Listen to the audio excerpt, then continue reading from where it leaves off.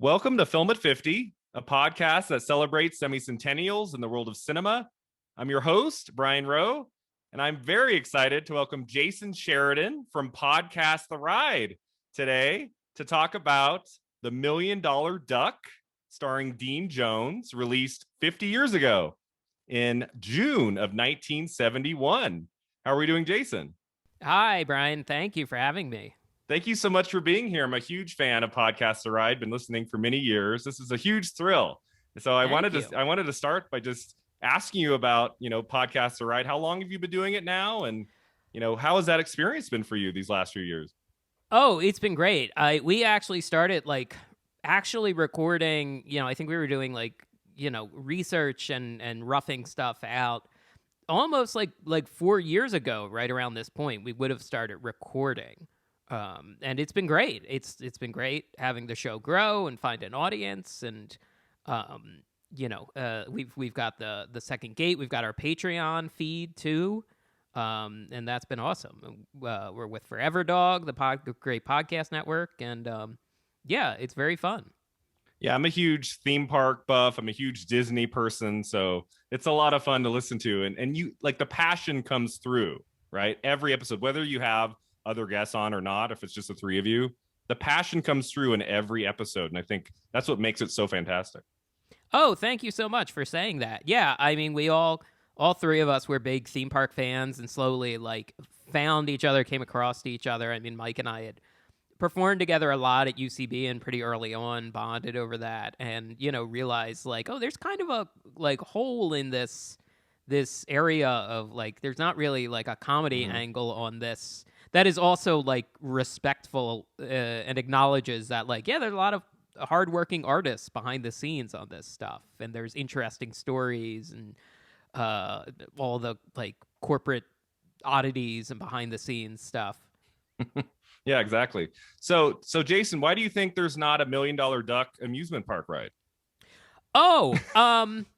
It's a bad movie. It's not good. It's not. I'm trying to judge, not apply modern standards to something that's 50 years old. But true. I read a little about it. I did not know that Siskel walked out of it. That's right. And Ebert also hated it. Yeah. So Gene Siskel, there's a classic episode. It's on YouTube of them talking about Black Sheep, the 1996 comedy starring Chris Farley. And, Ebert gives his review, says it's bad, terrible, whatever. And then it cuts to Gene Siskel and he says, so I have a confession to make. I walked out of this film. So he says, it's the first time I've done it since $1 Million Duck. What, 30, almost 30, 25 years before that. There is information online that says he walked out of a 1980 horror film called Maniac, which is kind of a grisly indie horror film. I could kind of understand that, kind of see that. But according to his memory in 96, he'd only walked out of $1 Million Duck, but he did remember the title. That's true. It's a funny title. I think it's come up on our show before as it's a funny reference. Yeah. It must be. I'm convinced. I couldn't really find anything, but I'm sure it's a Simpsons reference at some point or another, because it does seem like the sort of 20th century pop culture oddity that Harvard Simpsons writer guy would have buried in the back of their mind. Yeah, I question if there was a screenplay for this movie, if they just figured out the title and then said, well, let's get Dean Jones and people will show up. We can see the poster. Not only was there was definitely a screenplay credit, there was also a story by credit, a man named right. Ted Key, who was responsible for the Mr. Peabody and Sherman cartoons, which I loved as a child. I loved all the Rocky and Bullwinkle Jay Ward stuff. Oh, me too. So I was kind of shocked because the movie seems a little humor averse, a little allergic to coherent comedy. Yeah, what is comedy? I don't know if they quite nailed it for this one. Yeah, just the pacing of this film felt like the work of a director who only does dramas and didn't know what to do with the comedy aspect.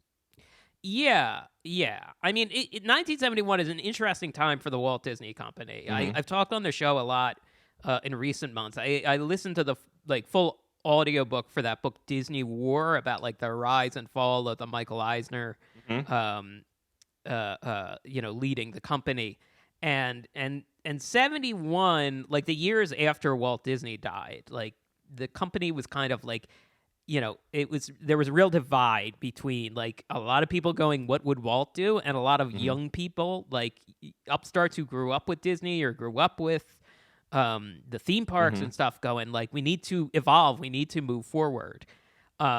1971 October, Disney World opens, so it's Yep. only a few months away. So I think the company's eyes were elsewhere as opposed to the live action film division. Yeah, we talked about this a little bit on the Aristocats episode I recorded a few months ago with Scott Gardner, who also co-hosts podcast Ride with You, talking about the dismal state of film in Disney, especially in the 1970s. Some of the animated films have, you know, stuck with us, like Robin Hood, like The Rescuers. Some of those still work today.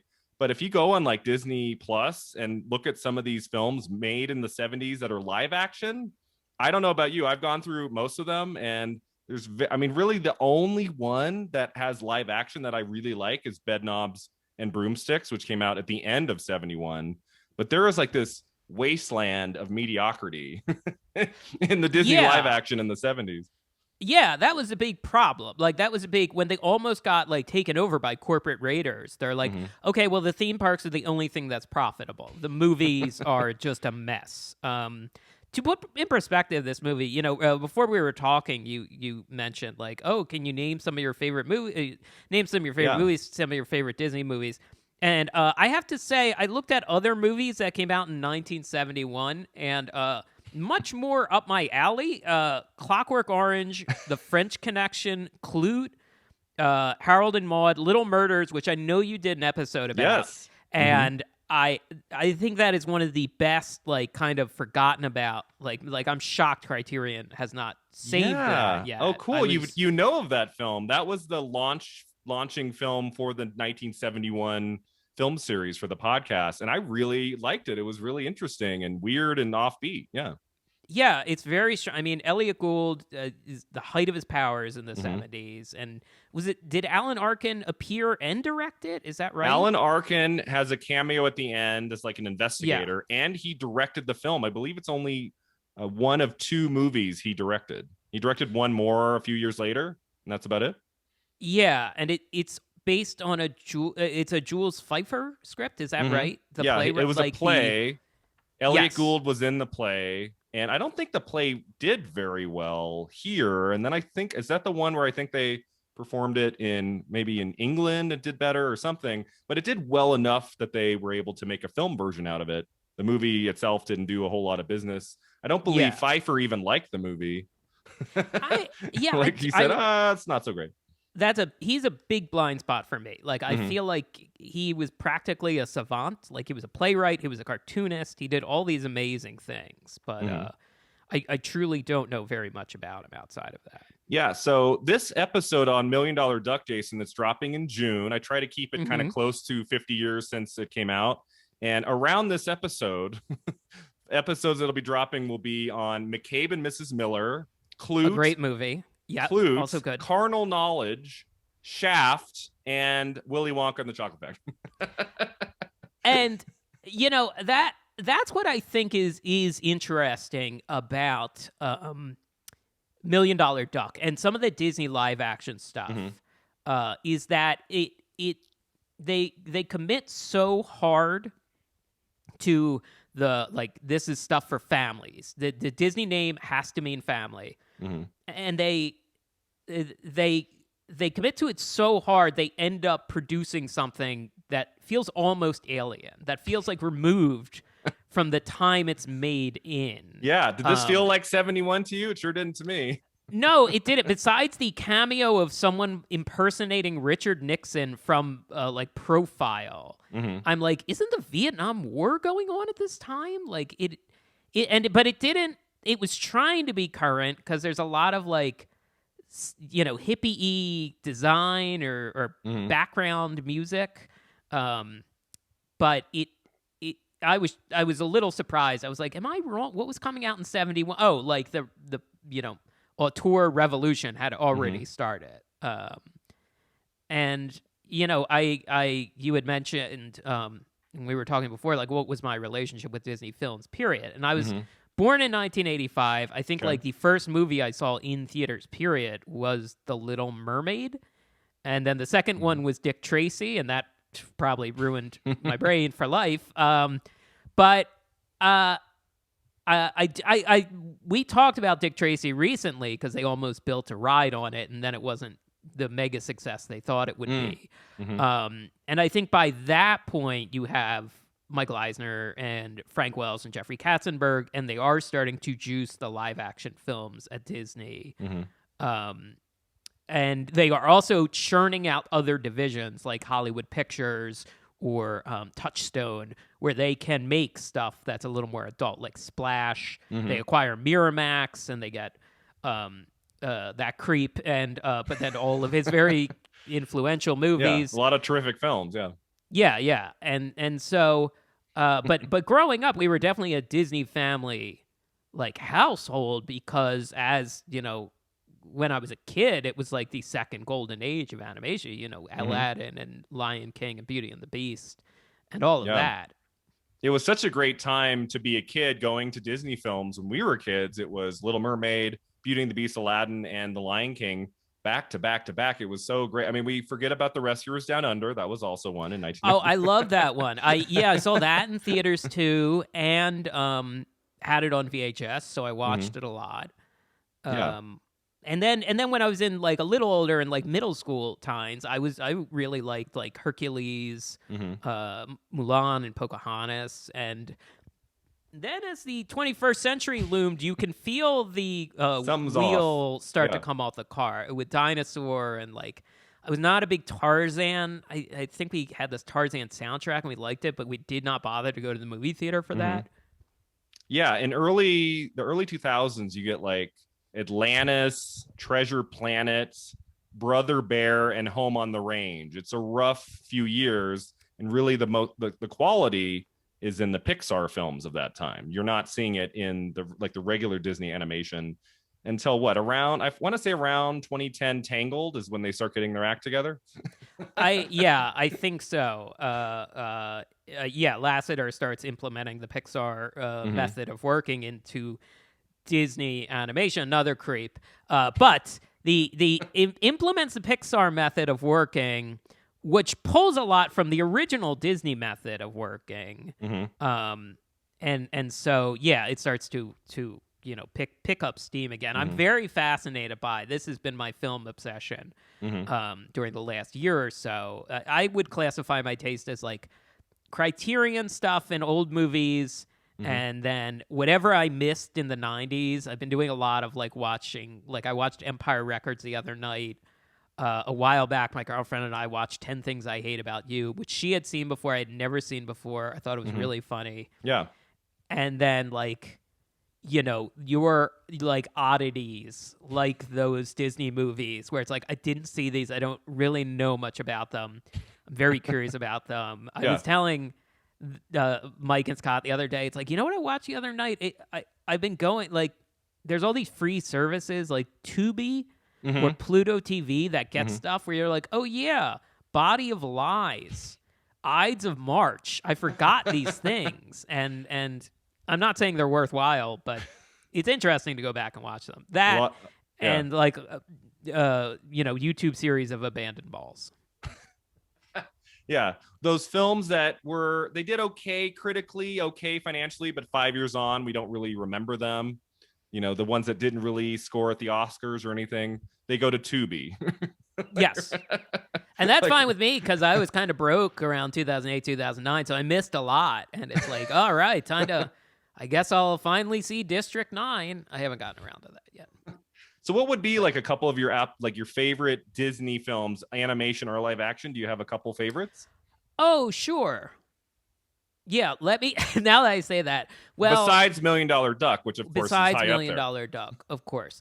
Yeah, I mean, I was a big Aladdin kid. I really liked Aladdin. And the adventuring aspect really appealed to me. But I loved all the music of Mm-hmm. that golden age of animation stuff. Beauty and the Beast, especially Lion King. Mm-hmm. Um, and then live action stuff. Can you count a Muppet? Because I think Yeah, that's on Disney Plus, right? yeah, Muppets Christmas Carol. I watch Mm. every year on Christmas Eve, like since I was had the VHS as a little kid. And I could track the passage of time because I stopped thinking it was 3 hours long and realized it was like 80 minutes. And it's like, oh, I am not falling asleep anymore before the end. Have you But I seen the 1970 Christmas Carol adaptation Scrooge, starring Albert Finney? It's a musical. We did an episode about it in November. It's a lot of fun if you like a Christmas Carol adaptation. I haven't seen that. I think my dad watched that last Christmas. He was telling me about it, but I went down a rabbit hole at some point and reading about all the people who had played Scrooge, and I had no idea he had done it. Yeah, it's so funny. We just did an episode about Get Carter, starring a young Michael Caine, and like you, I kind of grew up with Michael Caine as this older figure in films like Muppet Christmas Carol, and to see him and like The Italian Job and Alfie and Get Carter, it's just kind of weird because I just know him as an older actor. Yeah, It's a lot I of fun. watched that not too long ago. That is a little strange. Like there's some very British. Like there's a point where he sleeps with like a hotel owner, and Mhm. the visual cue, like 70s styles and fashion, I was like, I guess I just don't know what was big in Britain at the time because I thought this character was a million years old. Yeah, after he beds that woman, then in the morning, these guys come in and with their guns, and he gets like his gun, like he follows them outside, and he's naked for like the whole scene, and he's like walking out into the street completely nude, deadpan face, like everything's fine. And everyone's reacting like, oh my gosh. That movie is actually funnier than I expected. There's some moments in that film, as dark as it is and gritty as it is, there's like a kind of a tongue-in-cheek element to it that I really like. It is pretty funny. It's good. I mean, it's a great revenge film, like crime film, but it's a real different tone to like the Lee Marvin Point Blank. Yeah, Point Blank, Yes. 1967. Yeah. So yeah, I'm really interested in all your thoughts on these films, and I know it's not the greatest movie we're talking about on my podcast, but I do want to get to Million Dollar Duck. Had you seen this film before watching it for this, or you just heard about it before? No, I have heard it as like a funny reference, and I think I was saying before we started that we at some point my family never splurged for HBO or Showtime or something, but at some point we splurged for the Disney Channel because we were enjoying the occasional free event weekends so much, and I think my parents finally caved and got it, and I feel like they would fill a lot of hours on that with the like older Disney movie with like Herbie the Love Bug and That Darn Cat and that sort of thing. Remember when we were kids, it would be an event just for like a VHS of one of the older animated films come out, like because they would put it in the vault for 7 years. There was no way to see it. And now it's like, my God, they're all just right there on Disney Plus. You can just turn on anyone you want. Now times are different. It certainly, yes, I can pull up anyone and watch it on my phone. On your phone, like, yeah. And it I appreciate, I like having all of the world's culture and media at my fingertips at any moment. Yeah. But I do still go to the library for physical books and DVDs a lot. Me too. I think I to a certain extent I appreciate it more when I have a physical thing I can hold in my hand. Yeah. But yeah, so the older Disney, or like Flubber, that was one I feel like they would show a lot. I remember it was a big deal because like through my dad's like work, like social committee at work. This is a thing companies used to have where they would get you like discounted tickets to stuff. They're like, oh, we can get tickets to an advanced screening of Robin Williams' Flubber remake. And we're like, cool. And that was fun. That was a neat experience. Yeah, Flubber, I think I skipped that one in the theater. I did go see his other film that fall, which was Good Will Hunting. Flubber, I was like, what, 12 or 13 when that came out, and I was just like into movies. I was like, I'm not gonna go see the little kid movie. I'm gonna go to the serious Oscar-worthy film. Yeah, I got like around that time became very an annoying precocious child of like I talked on the show recently about like being a real like nerdy kid at the Blockbuster. Like, all right, I'm trying to watch a bunch of the AFI 100 lists. Yep. Like that was a big deal when that came out. Hmm. And but no, the appeal of like advanced screening, I was like, ah, yeah, that sounds cool. That sounds very neat. So this is my third Disney film for the podcast. We talked about the Aristocats in December, and then in March we talked about the Barefoot Executive, starring a young Kurt Russell. Have you heard of that one? It's a chimpanzee who figures out like what television programs will be popular, and when he sees one, he claps, and then it becomes a big hit. It is so ridiculous. I mean, I thought the premise of Barefoot Executive was actually dumber than the one for Million Dollar Duck. At least Million Dollar Duck had a little bit more cohesion to its narrative, I feel like, than the last one I looked at. Yeah, I mean that does sound like how streaming services pick movies to make now. Like the monkey claps at the paperback cover to Hillbilly Elegy, and then you get Oscar bait in the middle of a pandemic that everyone's like, no, absolutely, no way. But yeah, I vaguely remember that one. There's that apocryphal tale that Walt Disney on like his notepad, he died in the Mhm. hospital next to the studios. And when they were going through his office, like his notepad just said Kurt Russell on it with no other I've heard that. information. And he had been working for the company at that point. He Yeah. had done projects, so it wasn't just like totally out of nowhere.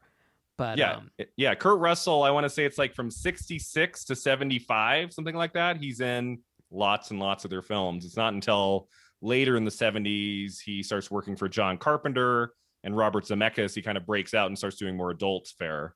Took a while. yeah, but I feel like he kind of has a quality that you can appreciate. Like there's a charisma there. I Mhm. feel like Siskel and Ebert too. It's like, well, you can't deny that Farley, like Chris Farley, whether you think he's like the funniest man alive or not, you can't deny that like there is a skill, there's a Oh, yeah. talent there, Yeah, absolutely. Especially in Tommy Boy, which is the one I always go to for Chris Oh Farley. yeah. This is so funny. So let's talk about Million Dollar Duck. I have a short synopsis for our listeners who might not know what it's all about. So Dean Jones, who's in a bunch of the Disney films around this time, like Love Bug and a lot of them, if you go on Disney Plus and search from like 66 to 74, you'll see Dean Jones in a few of these. He plays a scientist named Albert who is struggling to pay the bills, desperately looking for a way to make some money. A duck he's testing happens to wander into the radiation lab. And when he's ordered to get rid of the duck, Albert brings the duck home, only for his son Jimmy to desperately want him as a pet. At the beginning of the film, he gets this dog, and Dean Jones, Albert, he's like, we don't have the money to take care of a dog. I'm sorry. We have to give him away. And the kid runs off just sobbing. So he wants the duck as a pet. Suddenly, the duck starts laying eggs of solid gold. As Albert and his wife, Katie, played by Sandy Duncan, start looking for ways to cash in on their sudden good fortune, the IRS becomes alerted to these golden eggs being sold, including their next door neighbor, who just so happens to work for the U.S. Treasury Department. Like, of course, the next door neighbor just happens to have that job. And officials soon arrive at the house to take the duck away, but little Jimmy escapes the house with the duck in hand in a chase. Of course, as every 1970s live action Disney movie does, ends with a car chase. I just watched Freaky Friday. I had never seen the original with Jodie Foster. And I don't know if you've seen that version, but there is a car. It's not really a chase, but she's like driving a car at the end, trying to get to this lake. And it goes on, I swear, for 25 minutes. Like, it just goes on. And there's one zany, scene after another. And it's like, this should be 3 minutes. And it goes on for more than 20. So that was the thing with Disney movies then, was like, let's have the car chase. wacky comedy for the last 20 minutes. Yeah, I don't know that I've sat down and watched either Freaky Friday all the way through. I do like both There's Parent Traps a 4. lot. There's 4? Oh, because there's the murder one now. There's a new are you one, counting and that? there was Yeah. one in the 90s with Gabby Hoffman and Shelley Long, made for the Disney Channel. Oh, wow. Yeah. So the What? Disney Channel also remade The Barefoot Executive in 95. So Disney Channel, like for just the channel, they would remake a lot of these older films. They did not remake ever $1 Million Duck. No, despite the kind of like Aesop's fable Yeah. connection of like Goose Who Lays the Golden Egg kind of being a timeless Yeah. story. I'll tell you what I do like. I think, I don't want to just seem like I'm negative about old live action Disney movies, although the public was also negative about them because they didn't spend their money to go to them. I like the original and the remake of The Parent Trap. Right. The Haley Mills one and the Lindsay Lohan both are one. really solid. Yeah, very charming. And fun music in that original and the one, premise too. of that is just fun. And they got, in both cases, they got great actors for both the parents and the kids. And like that story just works really well. And they managed to do it right twice, which doesn't always happen. Yeah. No, pretty rare. But I think I feel like right from the start, $1 Million Duck, like it's the setup is so unpleasant. Like he's broke. He's really broke.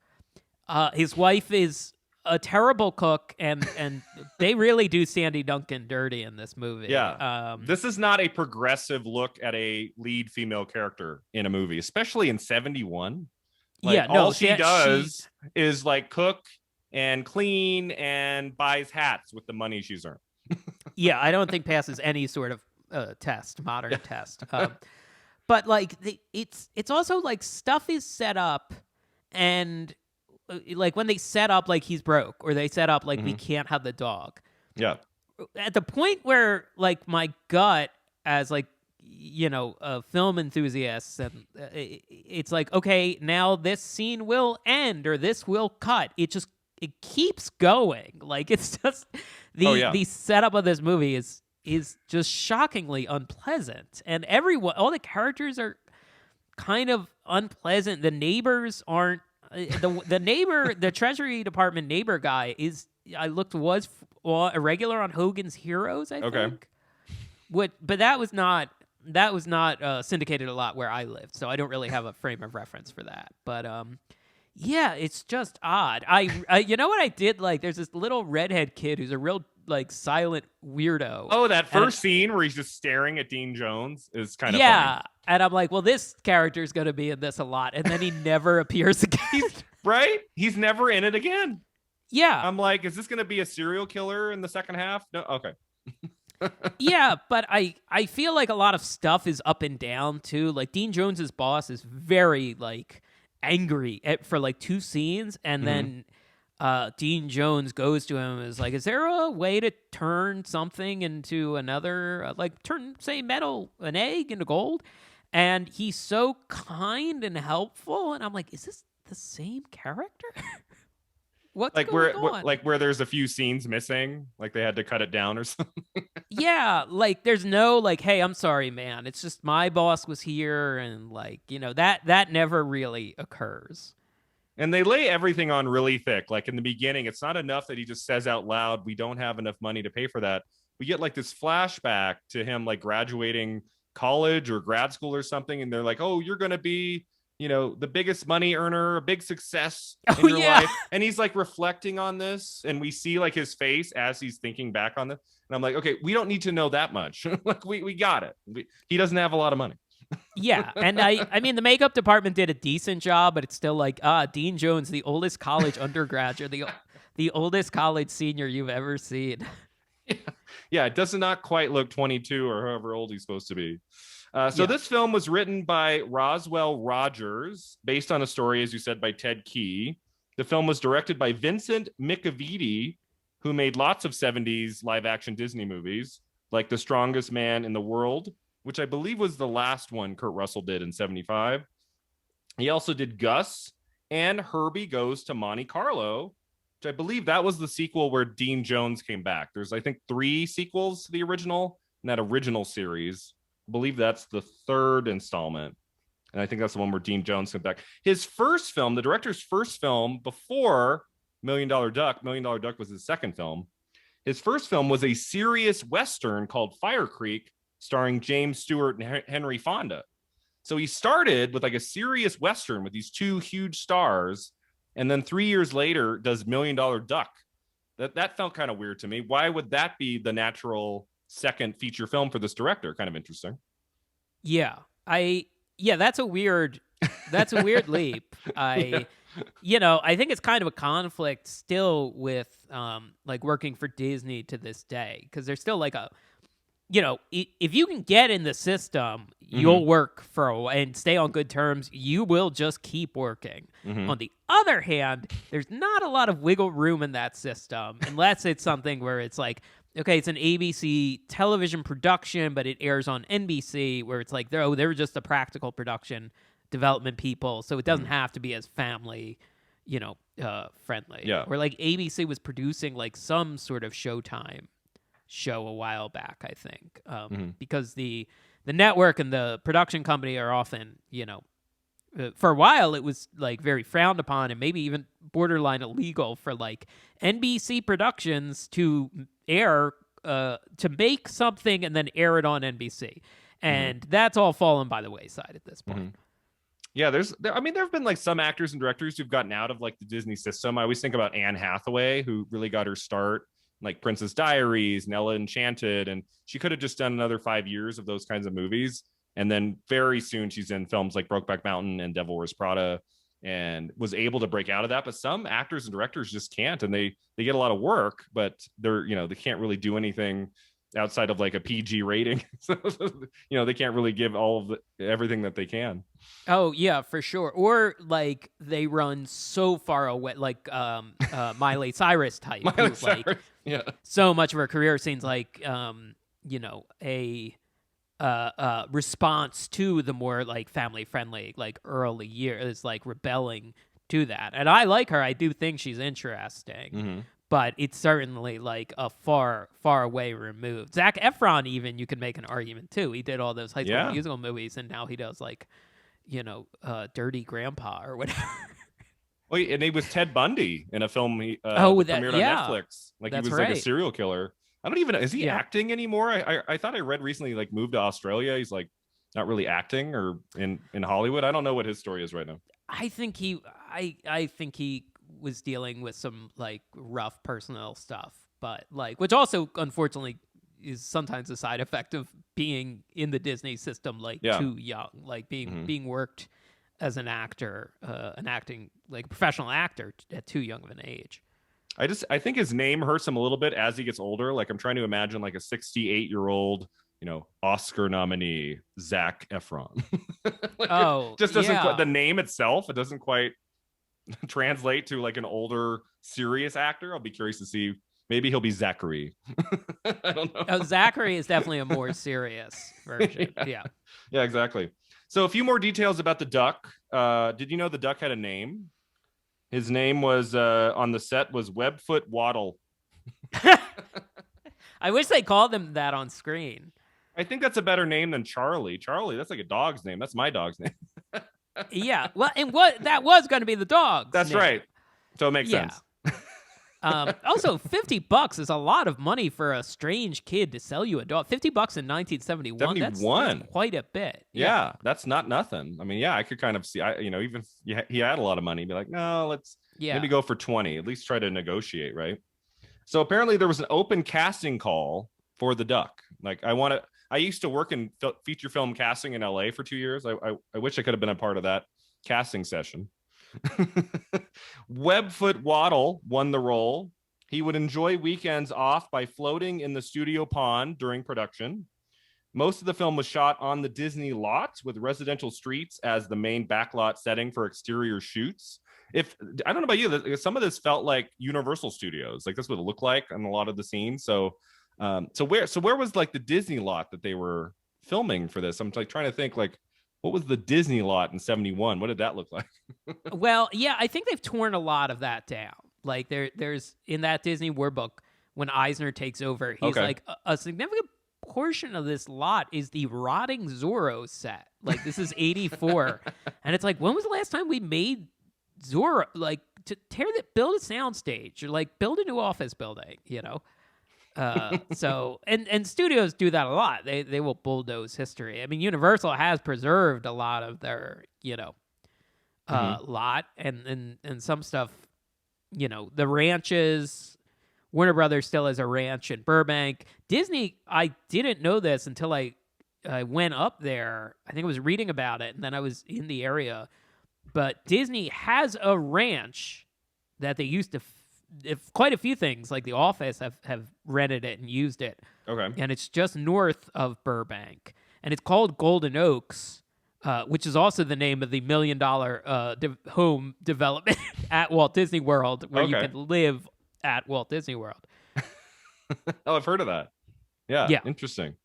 So as you said, the movie did not do well critically. Roger Ebert called it one of the most profoundly stupid movies I've ever seen.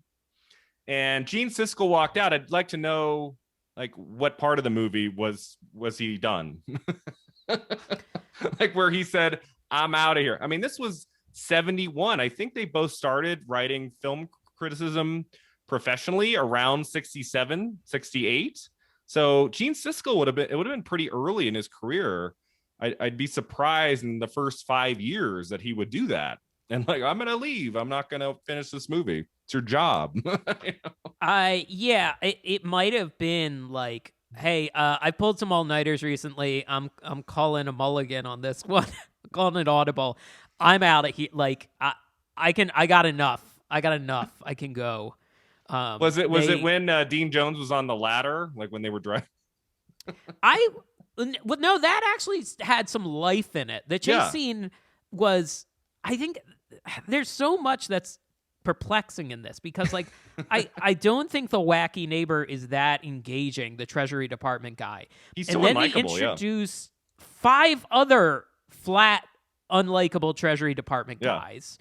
I don't know why they keep saying the Treasury Department and not just the IRS, because I feel like even well before that, like, no, the IRS is coming for me. Like, that was like a comedy standby. But they just talk so much about the Treasury Department and the federal gold regulations play a significant are almost a character in this movie. Yeah, there's a lot of long talky scenes of a lot of white men in rooms, you know, going over, so we've been informed about a situation with this golden egg. And I'm like, that's what this movie is, just these guys sitting around talking about what can we do about. I'm like, that's our villain of this movie. Okay.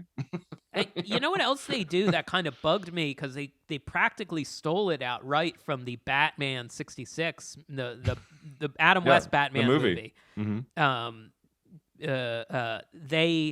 There's two sequences in this movie where, like, bankers or financial representatives from all around the world are, like, in a montage of, like, what are they doing with gold, and, like, you know, doing questionable accents. And that they did that in Batman 66, where, like, the Joker captures a bunch of the UN. You're right. And it works a lot better in Batman 66. So, like, they took it and then kind of sucked the life out of the bit.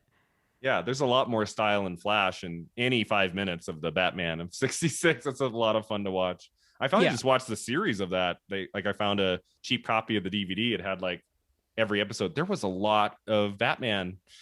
Television. Like, what was it? Like 120 episodes? I mean, it was a lot. Like, every episode's like half an hour, and they're all like 2-parters. And so, it took me like a year and a half to get through the whole series. I had the box set, but it was a lot of fun.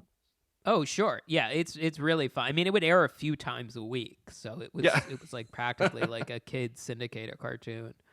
Yeah. So here's my question, Jason. So this movie is, you know, critically reviled. You know, Gene Siskel's walking out, but did you know it got 2 Golden Globe nominations? I did see that, and it blew my mind that Dean Jones and Sandy Duncan both got nominated. I think in other things they are both very talented. Like, but, like, I mean, if it had come out at the end of December, sometimes that happens. There's a couple titles that drop at the very end of the year that get a nomination at the Golden Globes. And by the time the show airs, everyone's like, oh, oops, missed the ball on that one. But this came out in June. So there were 6 months to like find other nominations, Yeah. So Dean Jones nominated for Best Actor in a Comedy or Musical, and Sandy Duncan is nominated for Most Promising Newcomer Female, which is a category they don't have anymore. that second one. Right. That in that respect, I think that's fair. That I would definitely say you can tell there is much promise in her that is squandered by this movie. Yeah, watching this movie, I thought, I feel like in the right role, in the right script, with the right director, I feel like she could work. But there's something in this one, she's just so dim-witted and dumb, and she doesn't really have a lot of presence in this story. I felt like something was off with her throughout this whole movie. Yeah, it doesn't quite land, and Tony Roberts doesn't quite land either. He's another one where he's kind of like hapless at the start, and then like immediately is like, oh, I got the gold now. Like he just seems so sleazy. I mean, you'd almost think it was like a serious melodrama. They talk about like, I'm struggling so hard with money, and also like the Cold War is still who are these broke scientists? Like the Cold War is still going strong. Government contracts still flowing. Like, yeah, he's like a scientist. He works at this lab. I'm like, how? Like, were they paying him $1 an hour? Like, what's going on here? Yeah, and I love that. Like, the duck wanders into a room down the hall, and those scientists give the duck back, and they're like, "Oh, enjoy your work." And it's just like, what are they doing? Like, what's that? It's unclear what this organization does. Yeah. All right, so let's get into the movie, a little bit more of what we liked and didn't like. Was there anything? Let's start with what we liked. Anything that we liked about it? I had a few things that I thought were kind of amusing. Anything that we liked? I did write down. Well, I like the weird Richard Nixon cameo. Okay, like that. Yeah.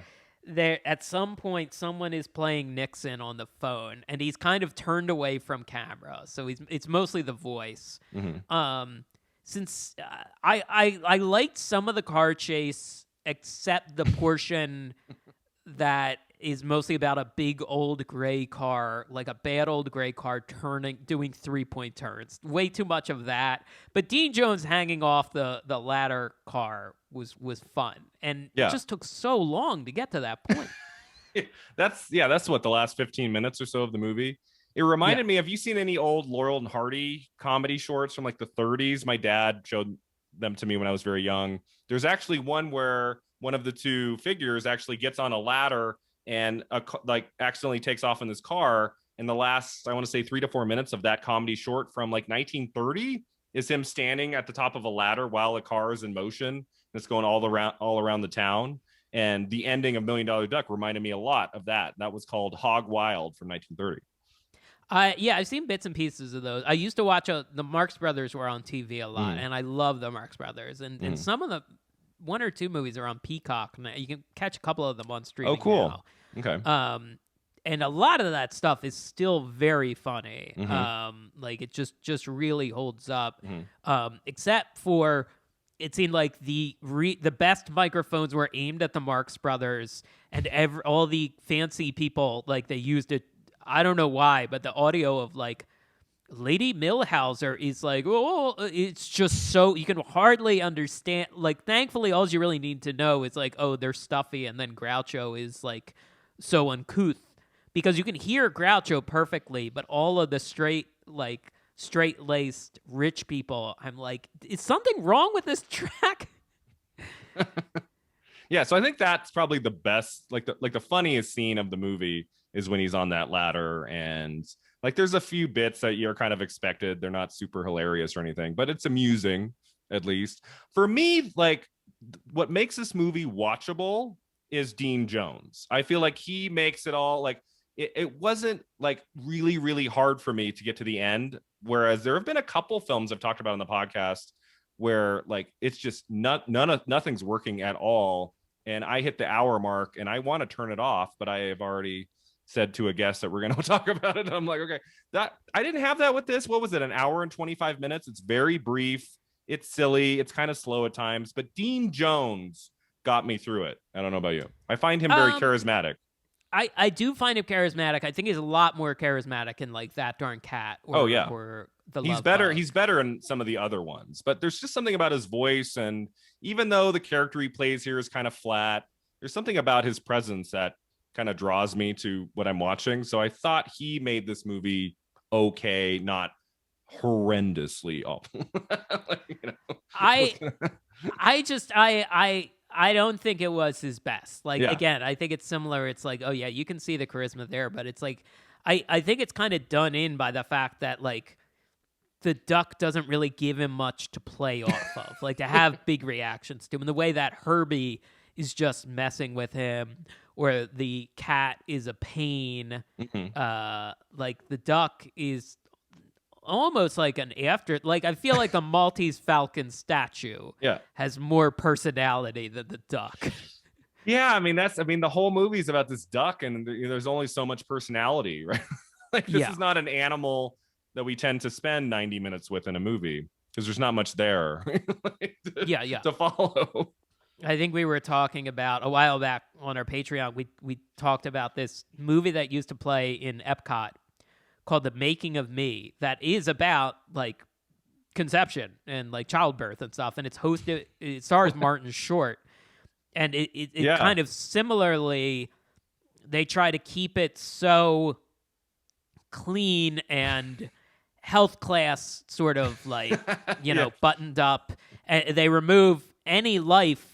They remove so much life, you produce an unreality, and you feel uneasy. And I think with $1 Million Duck, I was a little surprised, because it's like, well, they've been doing these family comedies for so long. There's a formula, there's a house style, and this one seems like they're bucking it, but not with any purpose. It's just like, no, like cut this down, like. Add a little, but it's like an hour and 25 minutes. How do they cut it down? That's the problem, right? It's already short. It felt so much longer to me. Jason's like, okay, what if we just brought it out as a 50-minute film? Like, could that? I mean, what's this rule with the 90-minute thing? Why? I am interested in Disney Plus has both the Black Hole and the Island at the Top of the World, and I'm interested to see how those hold up, because.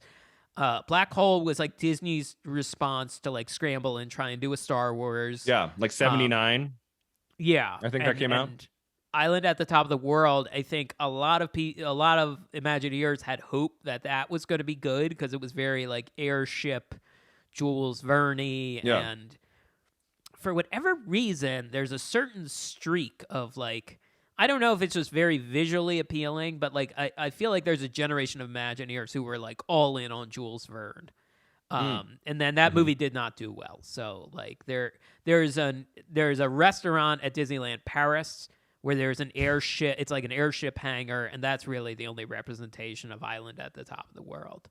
Okay, in the parks. But if it had hit, there's a lot of movies where it's like, if this is hit, we've got a land ready to go.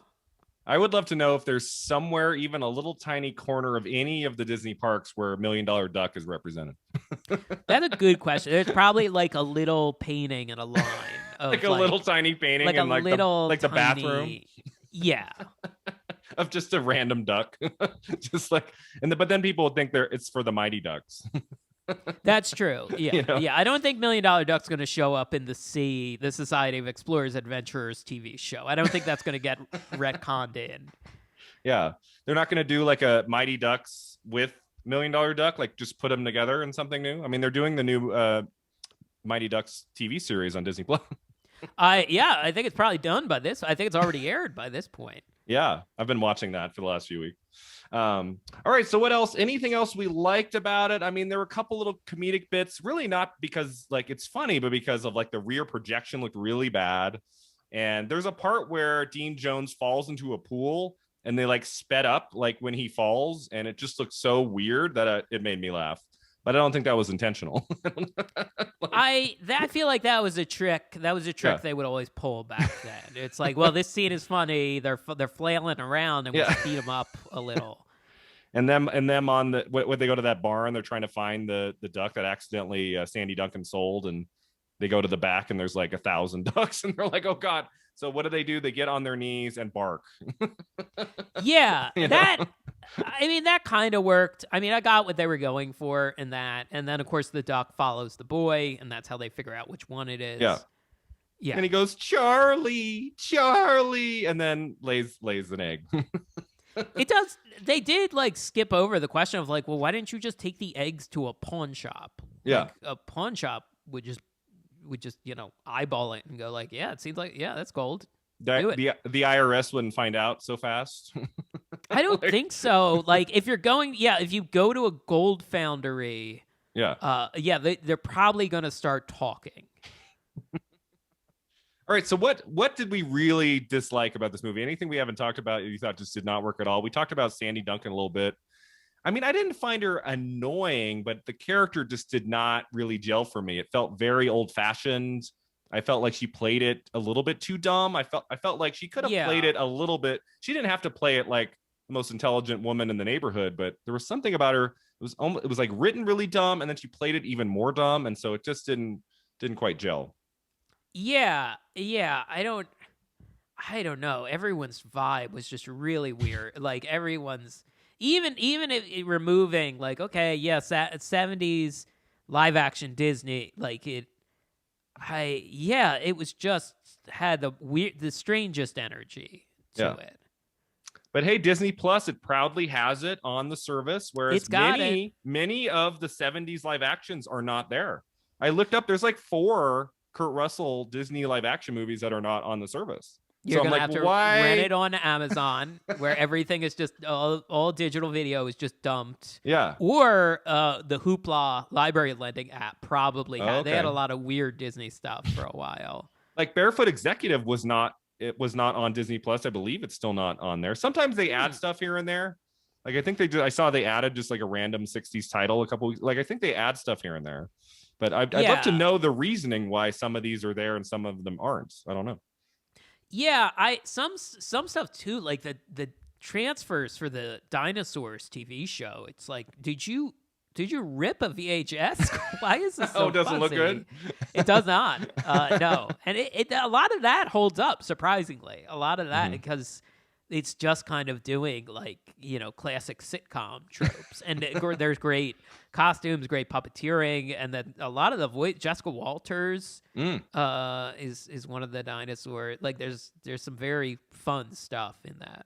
Yeah, she has a big breakthrough in 71 with Play Misty for Me, which she made for Clint Eastwood, Jessica Walter. Oh, sure. At the end of 71. But yeah, I mean, like, is this a movie I would recommend to anyone over the age of like 6?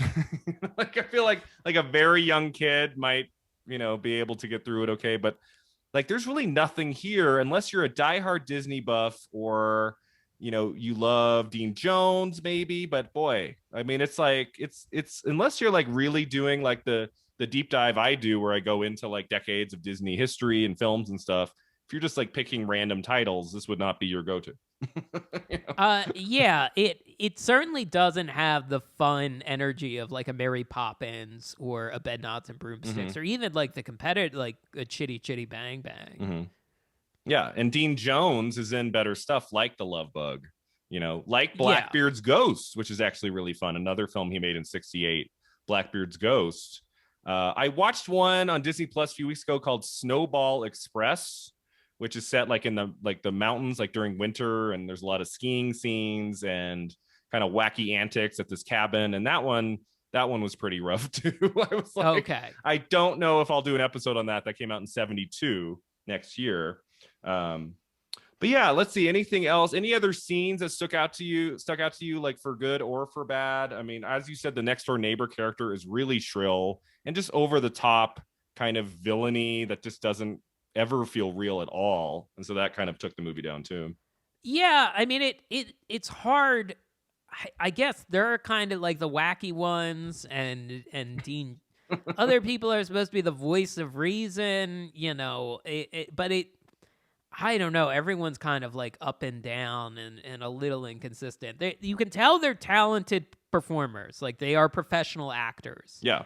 But I don't There's know. weird moments like where the duck glows, like in that garage by the car where like Dean Jones runs in to try to collect the duck, and it's like glowing green in the corner of the frame. And I'm like, is the duck going to explode? What's happening right now? Yeah, there's two neighbor characters who have a dune bug, like two teenage half hippies, half dirt bags. But again, a lot of it just doesn't really seem thought out or fleshed out, or is just made by people who are, hey, maybe a little out of touch, you know?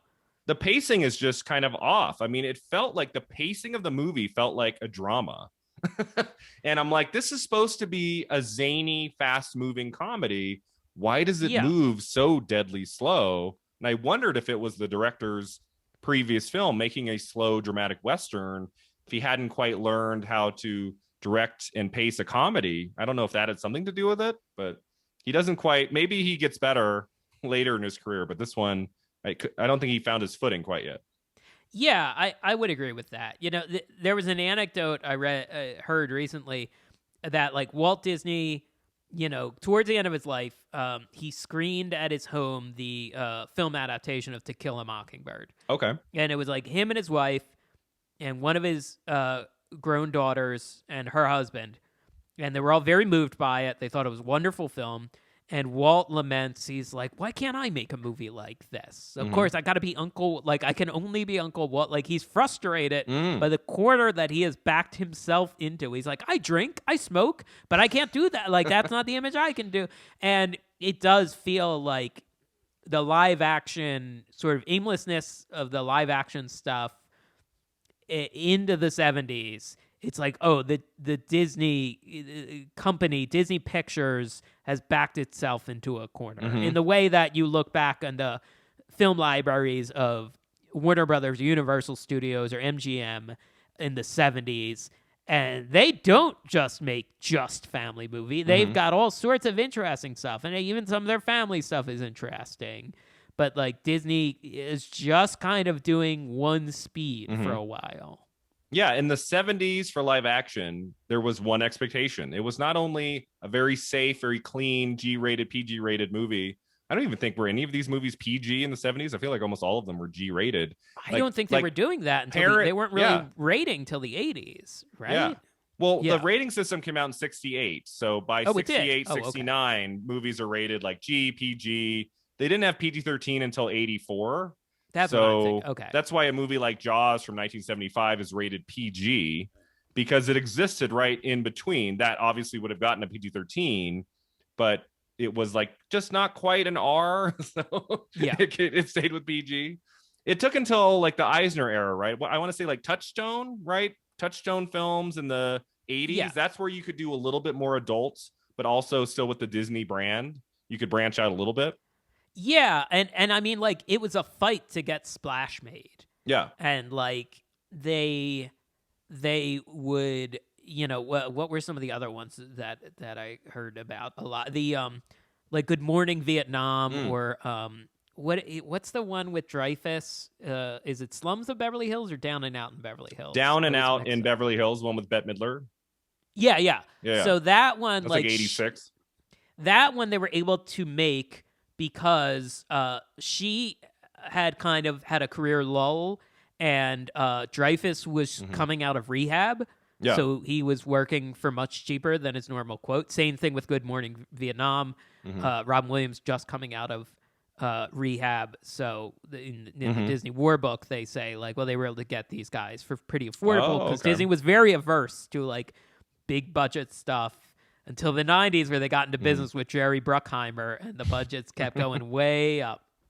I remember it was a big deal. I want to say, was it 2003's Pirates of the Caribbean, Curse of the Black Pearl? That was like the first Disney movie with a PG-13 rating. I want to say that was like the first one.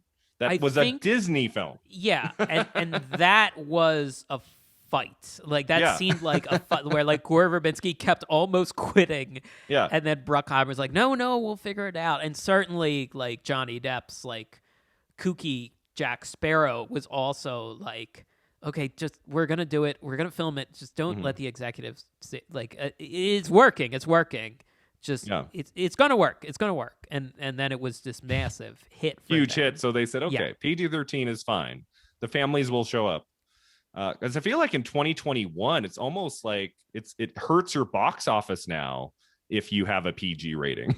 like people want to see the PG-13. It's almost like that guarantees like there'll be some stuff for adults and some stuff for kids. And when you see the G or PG now, unless it's like an animated film, it's almost like for live action, you don't really see PG or G anymore. For live action. I guess that's true. Or it's like something like Timothy Green, like The Secret Life of Timothy. Or like a really like was. for really young kids. Yes Day, whatever Yes Day is. Yeah, all the Marvel stuff's PG-13, right? Oh yeah, I don't think there's a single Marvel film that's PG. I think they're all PG-13. That's like the that's like the marker for any Marvel movie is that rating. Yeah, because then they can get one big moment where someone curses. One big F-bomb. Yeah, one big, or like the Falcon and the Winter Soldier had someone saying something was BS, and I was like, whoa. But Nick Fury can't smoke. Nick Fury cannot smoke his trademark cigars. No. Yeah, exactly. But yeah, before that, you had like Touchstone and Miramax. When I was a kid, when I was in my early teens, I was seeing a lot of Miramax films. Sure. I didn't really put it together that was like owned by Disney until I was much older, right? I mean, the average moviegoer, I don't think would know that they were, one and the same. Yeah, no, I knew they got acquired by Disney. I didn't know it happened so early on. I thought they had the full, like, big library, but it was like, no, Jeffrey Katzenberg okayed Pulp Fiction, like that is, which was wild to learn. That is insane. Like, that was under the Disney umbrella. Pulp Fiction. Yeah, and then like the later stuff, like it's a company that like the stuff they consider controversial. You're like, come on, man, what do you do? Like the resistance to Fahrenheit 9/11. Oh right. It's like, well, you can produce it, but we're not distributing it. And then it was, again, a massive hit. I believe an Academy Award winner. Yeah, well, his previous film, Bowling for Columbine, won the Oscar for Best Documentary. I think the award for Fahrenheit 9/11 was that it was the most successful documentary film of all time. I believe that's still the case today. I think it made $120 million in the U.S. I think that still holds up today as the highest grossing documentary. Yes, did not sway the election. Not in 2004. Michael Moore did not ever really sway an election. That's for sure. Yeah, I don't know that Fahrenheit 11/9 moved the needle very much, but exactly. That's a movie I forget exists. Exactly. Yeah, for sure. But Touchstone, that was a big deal in the 80s. I'm trying to remember. Was 3 Men and a Baby a Touchstone movie? I feel like it is. Yes. Isn't it on Disney Plus? Yeah, that story was interesting because Eisner was in France scouting for Euro Disney, now Disneyland Paris, went and saw a French movie that was not, he didn't speak that much French, but he got the gist, and then he's like, let's remake this. Like, let's get it. And that was, the 3 men were mostly television actors, so much cheaper than like the film stars of the time, and then just a massive hit. Yeah. And then the movie I think about when I think of Touchstone was probably my favorite movie in 92 when I was 8, and that was Sister Act with Whoopi Goldberg. Oh, very fun. Yeah. I mean, again, Whoopi Goldberg at the height of her powers, very popular. Yeah. A lot of fun. So, but before that in the 70s, a lot of G-rated, maybe a few PG-rated entertainments where the parents just knew they could send their little kids to this movie, not know, $1 Million Duck. What is, it's a Disney. Okay. They can just send them along. And I don't think there was a lot of directors, a lot of studio heads paying attention to the quality of the storytelling. It's just like, I mean, a lot of them just, they're the same. They're just like these kind of wacky concepts. Don't really go anywhere. 20-minute car chase. Seems to be what they did for a few years. Yeah, definitely. Going back to like what worked in the early days of film almost. Yeah. But on the other hand, like just kind of, again, back themselves into a corner where it's like, well, this is the only thing we can do. Or they're so risk averse. I mean, still everything is very risk averse right now. Everyone's just so desperate for the next big thing. Yeah. But back then it was like, okay, you can take a risk if you can keep the budget really low. I feel like that in the history of film, a lot of big hits are like, all right, this is a little risky, but keep the budget low. And then it's just such a massive, like 10 times the budget success. Yeah. The business has changed so much in the last 50 years. I mean, now it's like, it's about IP properties. Those are the big opening weekends. Anything else is on, I almost feel like, especially now with the pandemic and a lot of people still not going to theaters yet. We'll see how Black Widow does in July. That's dropping in early July. We'll see if that brings people back. But and Fast and Furious 9. Yeah, coming at the end of June. At the end of June. Yeah. Those might get me back out to the theaters. Yeah. But it seems like a lot of the other stuff, I mean, even after the pandemic's over and people are going to theaters again, a lot of this other stuff is just going to go to streaming. You know, there's just not an outlet for it. A lot of people aren't going to the theaters now. I have to say, though, the current crop of like Oscar like award movies are very interesting. Oh, it's an interesting run, and I have screeners that I have not watched a lot of them because also some of them very heavy. And my therapist very early on was like, "Oh, just do what you can during these hard times. Like, don't you don't have to watch a stressful, tragic movie. Like, you don't have to do this." And I was like, "Yeah, you're right. I don't. Like, when I have more mental energy, emotional energy, I'll get around to it." So one other thing about $1 Million Duck we forgot to mention is just how lazy this movie is. It ends with a courtroom scene. Yes. We go like he is arrested. Now, before we get to that, the scene of him saving his kid on the ladder, which is like stretched across 2 buildings, I thought that worked okay. Like when he grabs his son's hand right at the last second and then the ladder drops. I thought, okay, there's like a good 20 seconds here of decent tension. It's kind of an interesting visual, like an interesting, that I did think was interesting, but it didn't feel like the son and father were that far apart, like just kind of just on different, not far apart. They were far apart on the ladder, but did the son, was their relationship that soured? Like, I was just like, oh, everyone's so unpleasant in this movie. Like, nobody seems to really like each other. I never really thought that he and Duncan were married. Like, it never really felt like a natural couple. Like, it felt like a movie couple. Like, it didn't really feel like they had a history. Yeah. Like, it felt like she could have come in off the street the day before and I would have bought that. I'm like, okay. Sure. But then we get this courtroom scene where everything's just thrown out because they put the duck up on the stand and it produces an egg and it no longer lays golden eggs. And so the judge is like, well, that's all the proof I need. You're free to go.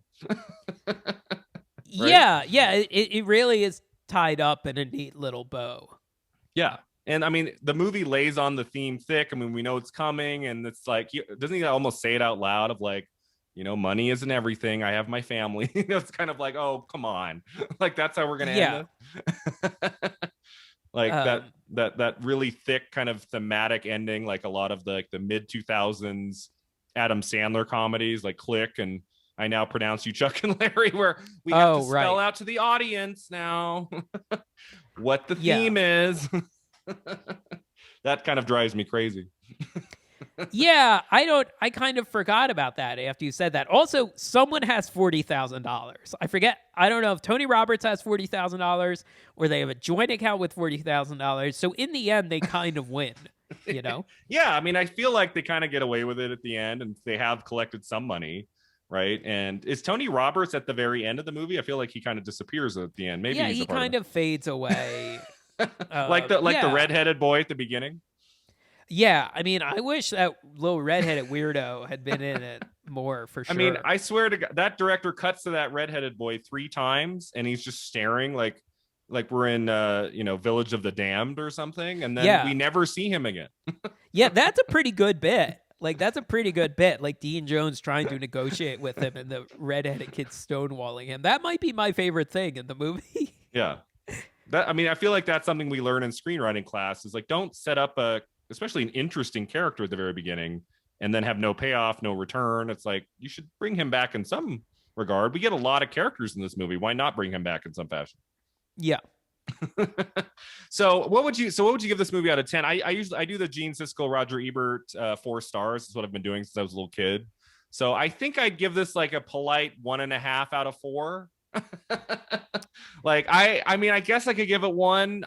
As I said before, Dean Jones, I kind of like watching, so he made it okay. I didn't think it's still not the worst film I've looked at for the podcast. I wasn't like hating my life for those 90 minutes, but I was kind of recognizing, wow, this is pretty much bottom of the barrel live action Disney for sure. Yeah, I disliked it a significant more amount, but I think I will give it 1. I will give it 1 star. Again, you can tell this is technically a lot of it is technically correct. You know? Like technically it looks okay. Like things are in focus. Yeah, it's shot on like, I'm not a big like shot on film, shot on digital kind of guy, but it's like, okay, this is definitely more of a movie than some like streaming original movies where you're like, I don't know, what did you like my obsession a while back was that the Netflix college admissions scandal movie, which is just it's a documentary with a lot of reenactments, and it's kind of perplexing. It's like, well, I know that's Matthew Modine, and I know they were using like transcripts for the scripts for these scenes, but it's like it seems that's like weird. It's got a real weird energy to it. Yeah. No, film, I mean, it's come a long way. Digital looks so great now. I remember, even 15 years ago, digital could look really rough. Sometimes for a good purpose, like in a movie like 28 Days Later by Danny Boyle. Yes. But then I remember there was this period where David Lynch, one of my favorites, is like, I'm not going to do film anymore. I'm only going to do digital. And then we get a movie like Inland Empire that looks like a piece of shit. Well, I think that's very interesting. Coming after Mulholland Drive, which is one of the most beautiful films I've ever seen visually.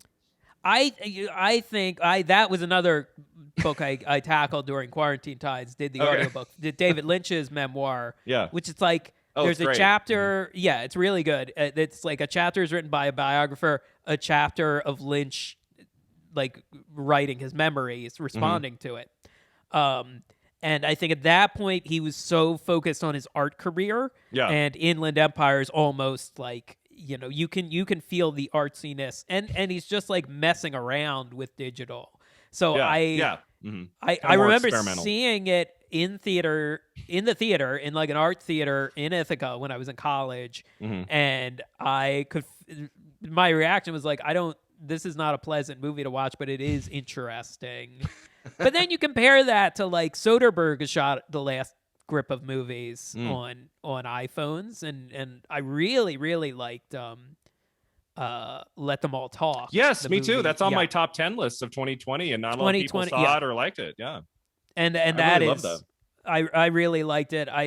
Great comedic performances from Streep and Wiest and Candice Bergen too. Candice Bergen. I really love like good like comedic like lines. I'm a big like that is a great line and a great delivery. And there's a moment in that where Diane Wiest says something along the lines of like, why does she talk like that? Or when did she start talking like that? And it is so funny to me. Diane Wiest is fantastic. She's also great in I Care a Lot on Netflix. I don't know if you've heard of that or seen that with Rosamund Pike. Diane Wiest is in that, and she's fantastic. I thought she was great. You just mentioned the David Lynch book, Room to Dream. Yes. And I just want to, for anyone watching our podcast right now, it is actually one of the 5 film books on my shelf right behind me. One of my favorite film books of recent years, Room to Dream. It's such a great read. If you're a fan of David Lynch's work at all, it's really a fantastic book to check out.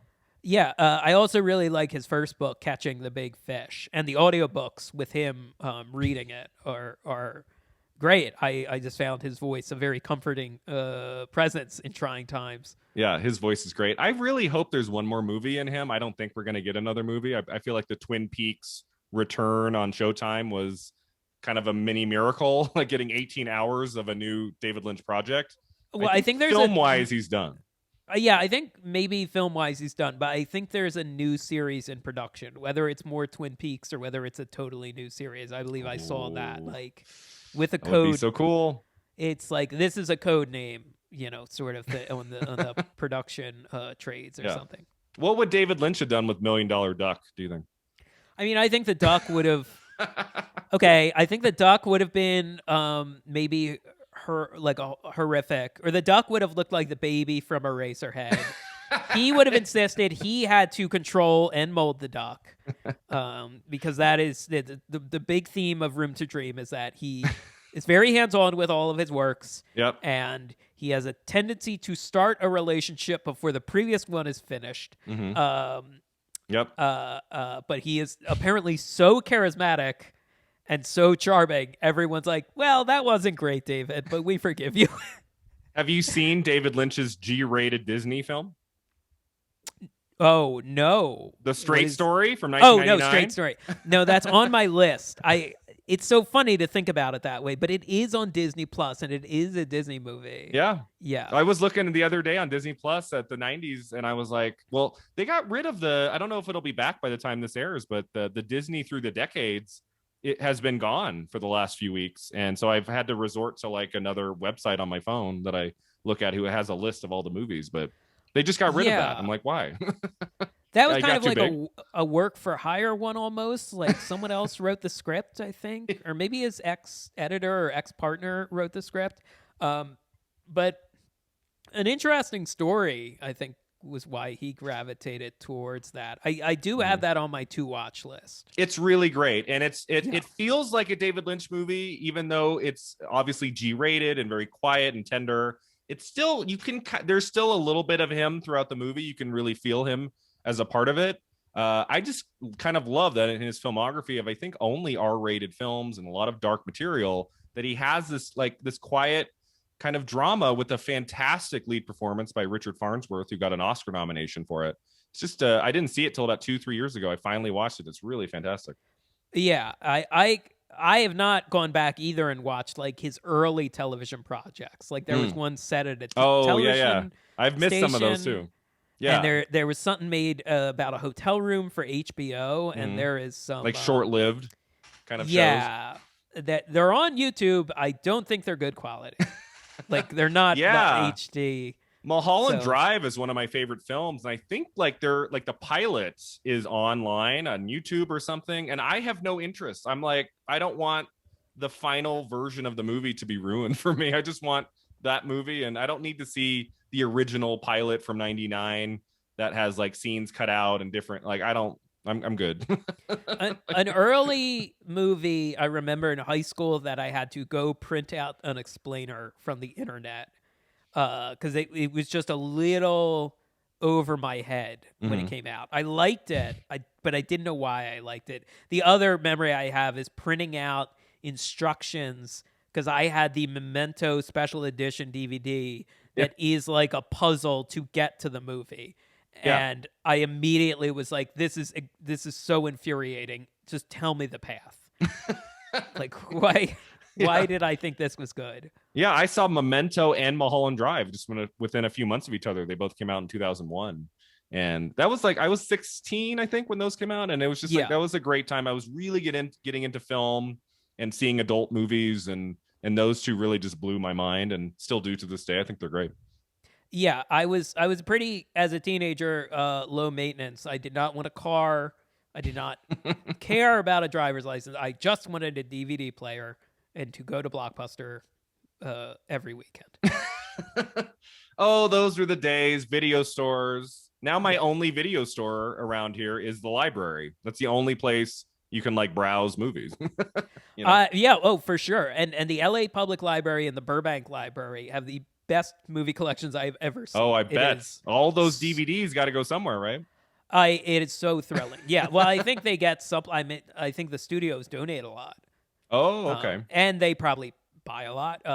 They have bigger budgets than a lot of cities, but yeah, it's just an incredible collection of those movies. I love audio commentaries, behind the scenes documentaries. I mean, some of the streaming services are starting to load those on, like the Criterion channel, which is great.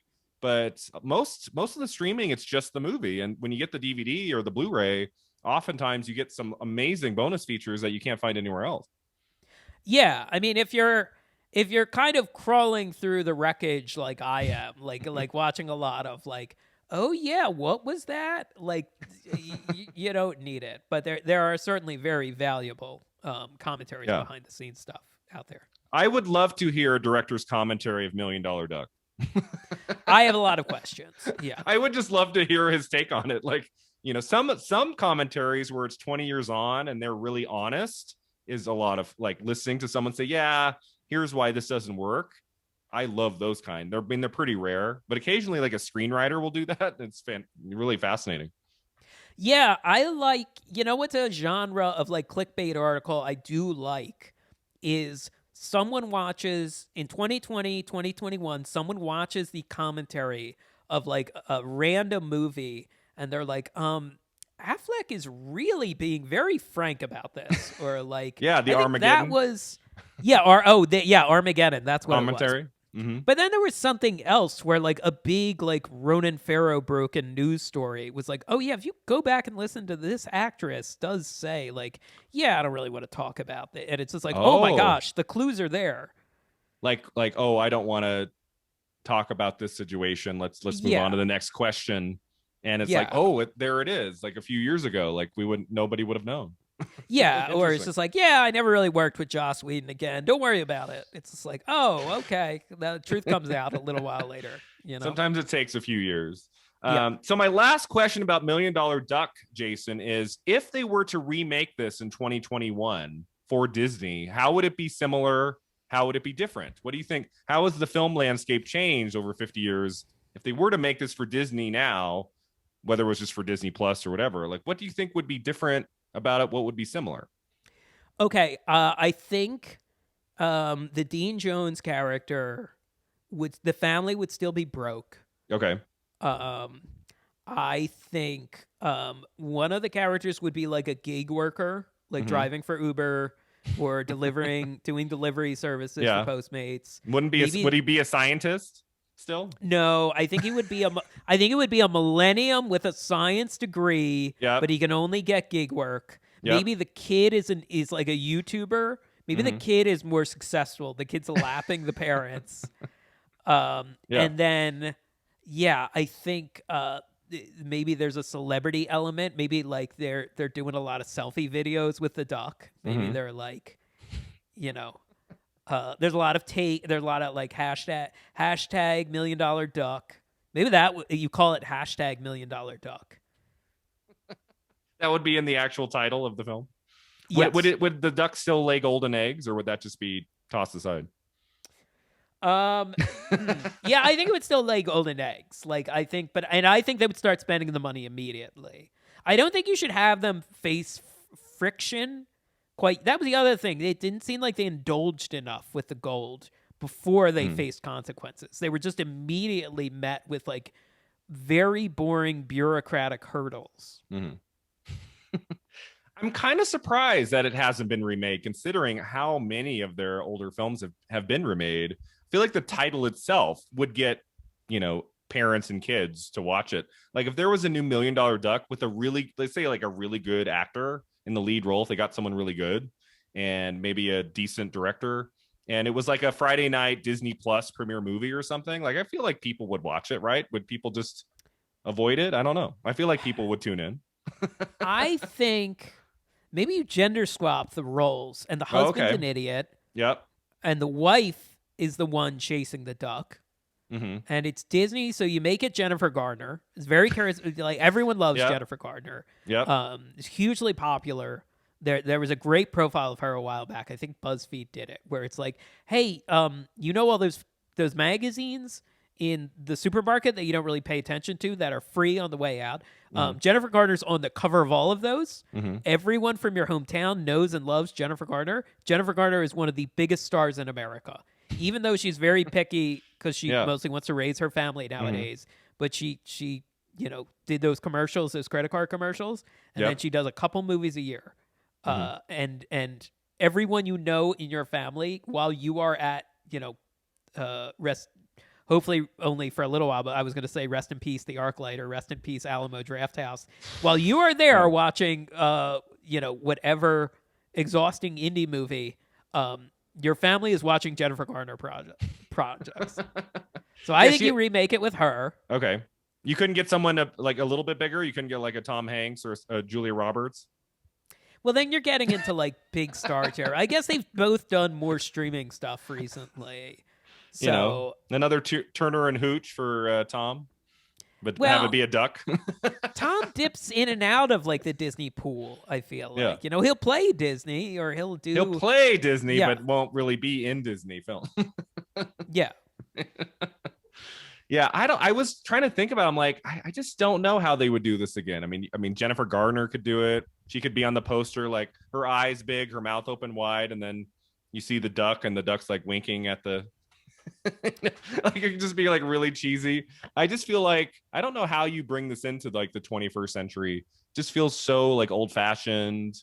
I feel like it would have to be like G-rated for little kids. Like I don't know how you do this now and make it appealing at all to anyone over the age of 10. I think you make it a lot more hijinksier. Yeah. You add a lot of social media elements. Maybe you can, if there's like ex-Disney Channel people looking to like get a little juice going, like Efron's trying to get another act of his career going, Hilary Duff's trying to get another, get some juice going. And it's like they are playing characters who like, maybe they hit big in high school and now they're broke millennials. And I think that's the angle you take. It could be kind of meta, like a little bit. Maybe they could play themselves.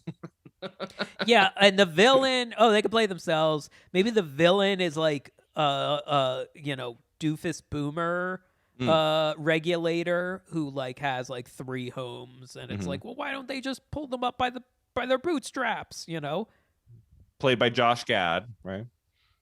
Oh, I don't think he's old enough. Is he not quite old enough? No. He could be like the Dean Jones kind of. He might be a little. If you're trying to make it for young people, I don't know. I don't know. It's just always an interesting question to pose. I mean, when I found out that the Barefoot Executive had a remake made in the 90s, I'm like, what is the remake? Like, what did they do with that one? It's not on Disney Plus. I don't know how to access it, but do you know who's in it?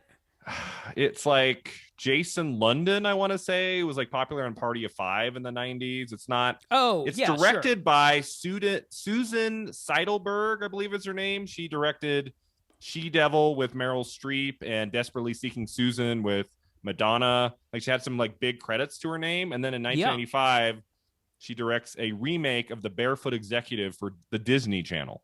So I'm assuming they just paid her a lot of money for that one. I mean, they were certainly, the 90s felt like everyone was very conscious of like, well, you do want to be in business with these people. Like, you want to have someone with that resume on, working for your company. And then speaking of like reboots and sequels and things, that's like mid to late 90s. That's when we start getting all of the Disney animated sequels, right? Where we got like Bambi 2, Cinderella 2, where they just, I mean, I think some live action ones, I mean, it was just like constant. I think it was Lasseter who put a stop to that in like the mid 2000s, where they were just pumping out sequels to every known Disney movie made from like the 40s to the 90s. That was also kind of a rough time for the studio as well. Yeah, the sequels. I mean, I think that was the like tail end of the VHS market and the rise of DVDs, right. And that was very profitable, right? For a while. Wouldn't have to go to theaters, right? They could just buy the DVD. Yeah, and no, it would be crass if Bambi 2 went to theaters. Yeah, Bambi 2. like that movie had an ending, the original. Like that. Yeah. 60 years on, we'll do another one. Yeah. So no $1 Million Duck remake. Maybe we'll see it in the years to come. We will see. So our final 2 segments, Jason. The first one's called the Divine Double Feature. That's where we pick a more modern film that we would recommend to our listeners to put on right when $1 Million Duck ends. What would be your choice for what do we put on right when this 90 minutes of craziness is over? Okay, I think cleanse your palate with an animal hijink movie that I think a lot of people like, and that is Mouse Hunt, starring Nathan Lane. Mouse Hunt, yes. Directed by mentioned Gore earlier in the show, Verbinski. Gore Verbinski. Yeah. Yes, that's right. I have never seen Mouse Hunts. I've somehow missed it, and I need to watch it. It's pretty fun, and you know what it is? It like, yeah, the mouse is just a mouse, but he does like he causes havoc, like he drives them crazy. And Nathan Lane is just such a great comedic performer. Yeah. So I need to see that we did. I want to say I did an episode on Willard a couple months ago, which is like about a mouse, and it's kind of like a rat, and it's kind of a horror film. I believe that's the one my guest recommended, Mouse Hunt. So I've done like 42 episodes of the podcast so far. Mouse Hunt has been mentioned twice now in the Divine Double Feature. I love it. Now I really have to watch it.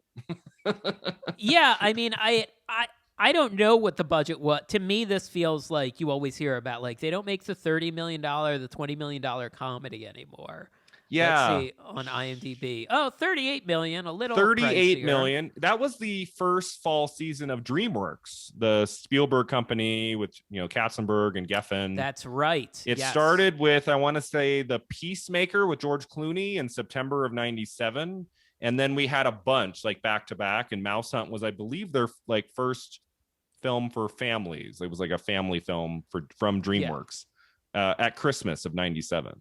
And over 122 million gross. Really? worldwide. Okay. I thought that movie kind of flopped. It was a hit. It made a lot of money. Okay.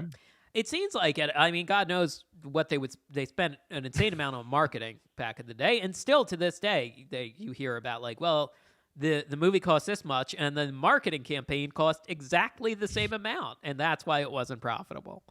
Okay, right. Because I feel like if it had made 120 million for the first year of the studio, they would have greenlit a sequel. Oh, yeah. I mean, on. I'm just speculating. Yeah, who knows why they didn't greenlight a sequel. But yeah, I think my memory is that it was successful and was pretty fun. Okay, cool. Yeah, I feel like that would be a great choice for kids. My choice is for adults. If you're an adult watching $1 Million Duck and you get to the end, I say to cleanse your palate, put on another animal title, The Wolf of Wall Street. Also about somebody wanting to make money is kind of the thematic tie a little bit. Obviously a very different tone and very, very R-rated for adults. I've only seen it the once because it's long. It's 3 hours long, but I had an absolute blast with The Wolf of Wall Street. I've been meaning to maybe watch it again, do like a little Scorsese run of a few weeks, and a duck and a wolf, and you get a great double feature. It is. Yeah, I do think that is fun. Wolf of Wall Street is a very entertaining movie, very similar starting place of like, this guy's broke, trying to dig his way out of a hole with trickery. Yep. That trickery really works, and then it really doesn't. And Martin Scorsese, who I love, like that is I'm a Marvel Comics fiend since second grade. I'm an X-Men fiend since then. But when it comes to film, my tastes definitely lean more towards Scorsese. Yeah. I mean, I see all the Marvel movies opening day, but also it's just like the takes on the internet about Scorsese are so insane. Like he wrote a very beautiful tribute to Fellini, and everyone just honed in on him talking about like calling everything content or IP just flattens culture. Oh, and everyone honed in on that. And the thing is, he's right. It is a flattening of culture. It just, when you make like when a TikTok and 8.5 and like an episode of 90 Day Fiance are just all on one thing, like it's insane. It does make film seem less important or meaningful. But like it is a pain to get stuff made in this climate. Like he has to go to Netflix, or Apple and beg for money. What's the new one? He's doing a new one with De Niro and DiCaprio. Is that for Netflix too, or Apple? I feel like he's doing it through a streamer. Yeah. I think it will end up on Apple. I'm sure it's getting a theatrical release. Is that the killing of the flower moon? Is that what it's called? I just saw someone I know tweeted that. Okay, this is going very inside baseball, but I think the production designer is going to be Jack Fisk, who is a regular character. I love Jack Fisk in the Lynch book, right? Yeah, he worked with designer? Lynch constantly. Yeah. He was with Lynch, I believe, on Eraserhead, his first movie. Like he was at least helping him out with that, I think. And then Yeah. I know he worked with him on Mulholland Drive and The Straight Story. I can't remember if he worked with him on every film, but they worked together a lot. Yeah. Yeah, and I think stayed friends. Yeah. And then Jack Fisk's wife, Sissy Spacek, is in The Straight Story by Lynch. So she's actually in one of his films. Oh, yes. Yeah. And I think was a big early proponent of Lynch. It probably helps to have Sissy Spacek in your court, in your corner. Yeah. So, okay, interesting. Jack Fisk is doing that. Have you seen most of Scorsese's work? I mean, he is, of course, known for the biggies like Taxi Driver and Raging Bull and Goodfellas. But if you look at some of his other like smaller films, like The King of Comedy, Alice Doesn't Live Here Anymore, he has some gems that go beyond just the big ones that everybody knows. Yeah, I watched After Hours not too long ago. Yeah, also really strong with Griffin Dunn. Yeah. Yeah, and I love Griffin Dunn. Great Catherine O'Hara, small character in that. She's very funny. And I remember watching most of that years ago and loving it. And then I watched it recently. I was like, this is not at all what I remember. This is so odd. It's kind of great, but it's also kind of like, yeah, this is a wild movie. Yeah, that was kind of a weird period in his career. He was trying to find himself, I think, in the mid 80s with like King of Comedy and After Hours. And, you know, he always would have these passion projects like The Last Temptation of Christ in the 80s. And then more recently, films like Silence and some of these films that are just really hard to get financed. You know, when you're Scorsese, if you go at it long enough, like eventually they give you the money, even though they're not guaranteed box office hits by any means. For sure. Yeah, one for them, one for you. That's what he always said. Yeah. But like, I don't think anyone's done. No one loves cinema more. No one loves cinema more. No one's done more for the preservation of cinema. And also getting so American audiences can see like very old movies and international movies from around the world. Like it's just done so much work on preservation. And so anytime just the take machine is just like Martin Scorsese's coming from Marvel again. It's like, no, Martin, come on, like have some context. Have of some all sense. Of all people to attack, it's like seriously. Yeah. And he's so great.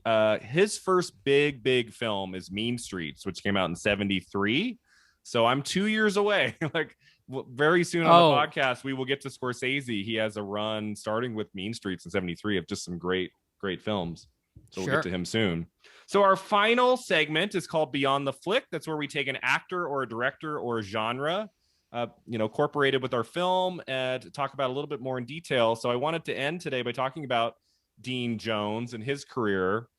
So what are some of the other films you've seen him in, or what does he mean to you as an actor in his long career? He was working in films for many decades. Like what do you think of Dean Jones overall as an actor? I think I think because The Love Bug and That Darn Cat came before $1 Million Duck. Is that right? Mm-hmm. That's in the late 60s. I think those are much better examples of his skills. Especially he gets to play off of a wacky car with Love Bug. And then That Darn Cat is a real pain for him to deal with. So he gets a chance to react very big to stuff. Yeah. And I think that's a lot of the problems with $1 Million Duck is like there's not enough clear insanity for him to have a big reaction to in the way we got very into the movie Clifford on Podcast The Ride. Clifford has become a reoccurring story. The movie where Martin Short plays a 10-year-old. I just tweeted like 2 weeks ago. I said, who remembers the movie Clifford where Martin Short plays a 10-year-old boy? Because I remember, speaking of theme parks, the ending of that movie where they go to that theme park with like the dinosaurs. Yeah. I always think about that sequence. It looks great. We voted it best fake theme park because the in-movie concept art is so good. The ride they build in the movie looks so good. And just as an experience, if you could go to that theme park, we're like, yeah, that seems like it'd be a great time. You're like, come on, it's not too late. Okay, it wasn't a big money earner. Like, no. I believe that film was shot in 1990 and then it came out in 1994. Is that right? Yeah, it sat around for a little while. But Grodin is so funny in it, and Martin Short is just so like, I just so confident in his choices, and Yeah. it's very weird. Like, does it hold up as like a perfect 3-act Robert McKee movie? Yeah, I don't know about that, but it's very entertaining. And then Steenburgen, you got Mary Steenburgen in there, and Yep. Dabney Always loved her. Coleman. Hmm. Yeah, Great like cast. yeah, like a bad Martin Short Grodin movie is better than like a good whatever movie. Yeah, Charles Grodin, circa like early 90s. Speaking of Dean Jones, Beethoven, where Dean Jones plays Yes, the villain, kind of an yeah, anti-Disney role, like he's playing the bad guy.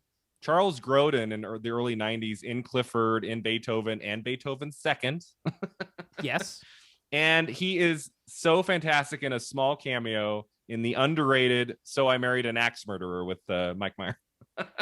As wait, he picks up Anthony LaPaglia at the end. He's like trying to get to Mike Myers' character at the oh, hotel, you and, know, and he commandeers a vehicle, and Charles yeah, Grodin is the driver.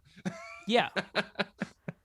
Kind of Yeah, like I a forgot all random about cameo. that. I did watch that a few months ago, and that is that works better as a movie and is very funny, but it has some bizarre stuff in it.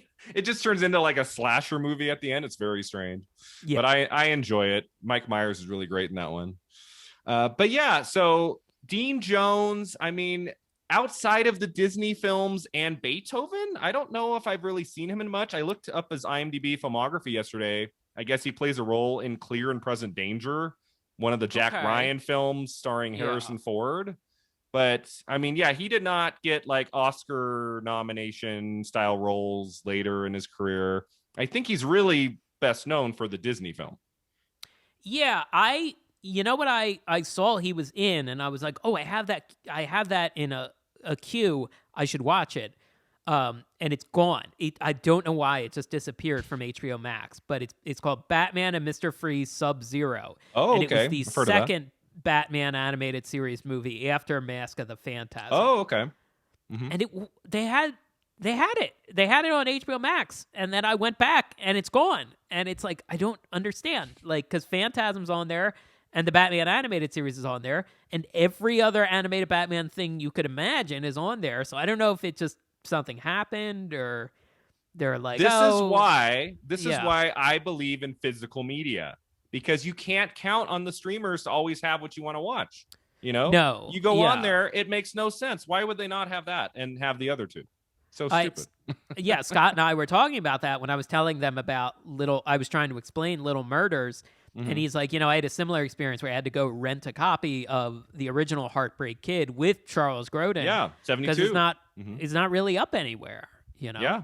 Directed by Elaine May, who directed her first film, A New Leaf, with Walter Matthau, which came out in March of 71. We did an episode about that just a few weeks ago. Really great film. Oh, well, okay. Have you seen, I just watched, I think, is it Mikey and Nikki? Mikey and Nikki is her third film from 76. I believe that one did not do very well at the box office. So It's not an easy watch. It's not a with pleasant. Peter Falk and John Yeah. Cassavetes, is that right? Yes, that's right. Okay. Very charismatic actors, very fun.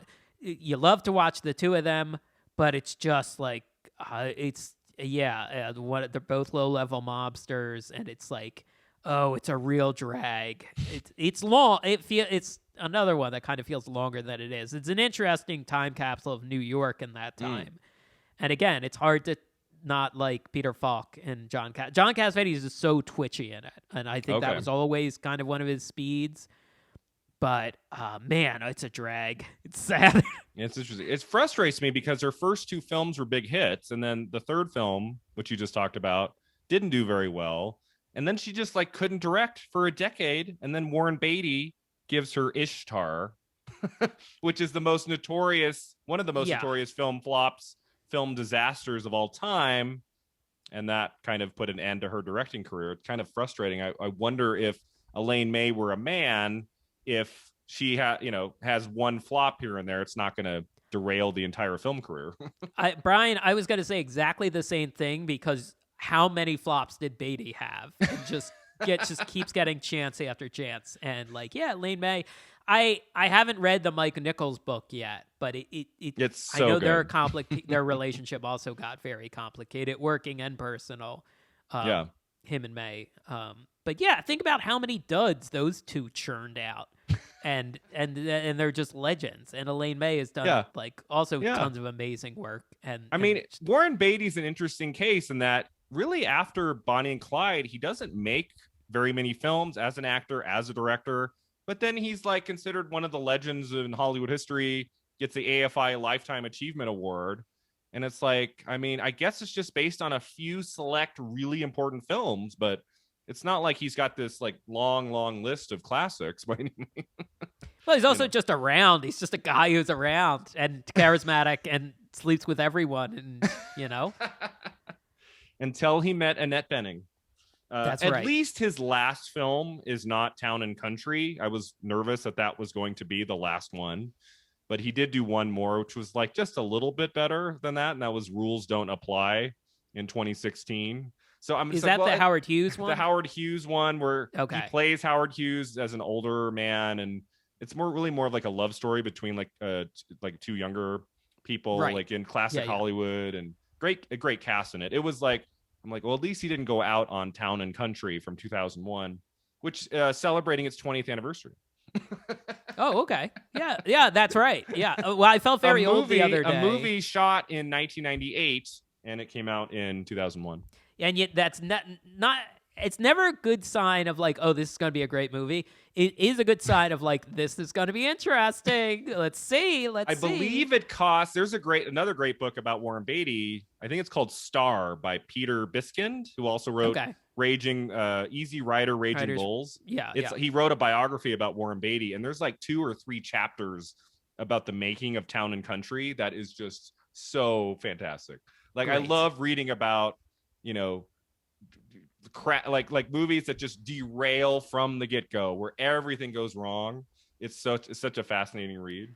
There's nothing you want to work with less than a Hollywood maniac, but if you're just as a consumer, as a viewer or a reader, nothing better than reading about a real deal Hollywood maniac, Well, so Dean Jones, going back to Dean Jones, I mean, he's not I don't think he was going to be considered for the AFI Lifetime Achievement Award, but he's a part of some films that we really love. I mean, he worked in Disney films. He worked with pretty much every animal, right? I mean, I think he did one about a dog. He's in the Shaggy DA, I want to say, where he like turns into a dog.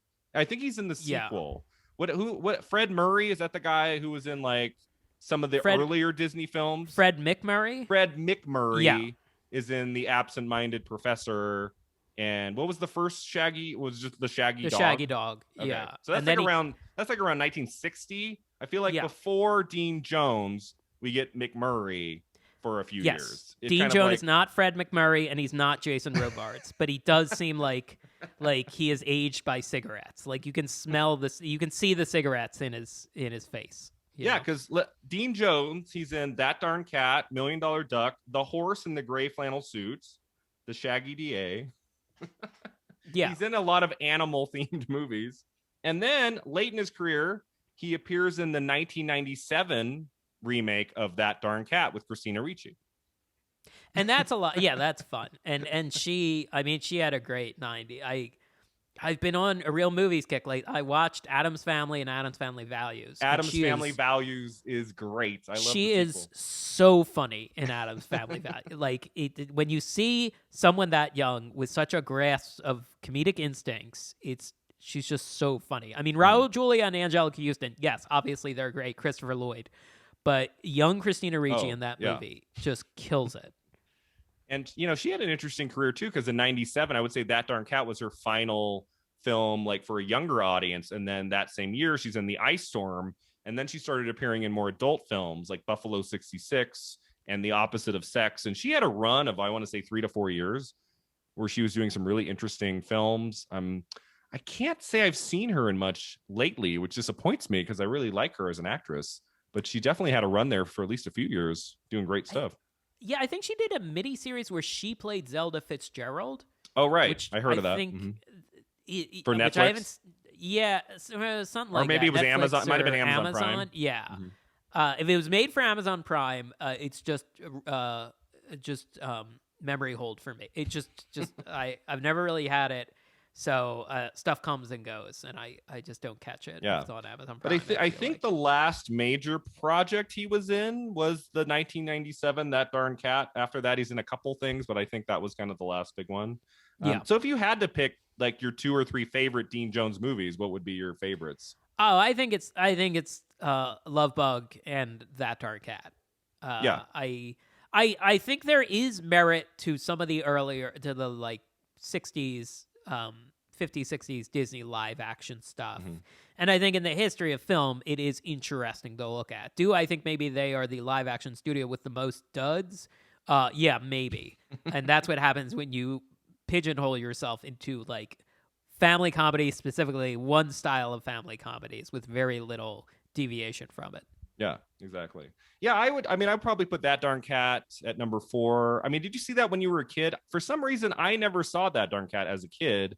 I didn't get to it until I was doing my decades watch through Yeah. the Disney Plus. So I had never seen the 1965 That Darn Cat until like 2 years ago, or no, it would have been less than that, like a year and a half ago.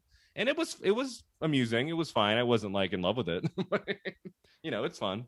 Yeah, I think it aired in reruns a lot when I was a kid. Oh, And okay. I think I've seen most if not all of it in pieces.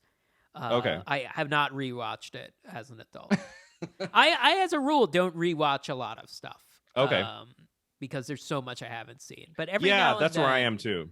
yeah, I will rewatch something if I'm like, oh, that would be interesting to revisit. I will rewatch a movie I love on an anniversary, on a 30th anniversary, on a 25th anniversary. I will not just pull up something that I've seen a couple times just for no reason. Like there's just so much to get to, so many films and Yeah, television series I haven't seen. if So, stuff just happens to be on cable, there are things that or I'll that. stop what I'm doing and what like Yeah.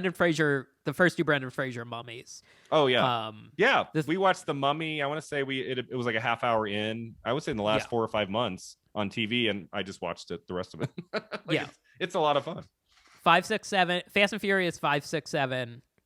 If they're on TV like halfway through, I will stop what I'm doing and watch it. When they're essentially the Avengers with cars and guns, like yeah, that's when it really picks up steam.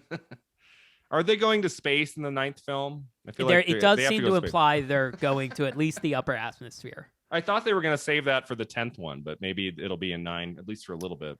Well, I think Tom Cruise has to do his space. He might start the trend. They might see how his space goes first, his space outing. Or Tom Cruise, he could have launched a new Mummy series, but it just didn't pan out, Jason. It just didn't pan out. I think it's not Fraser.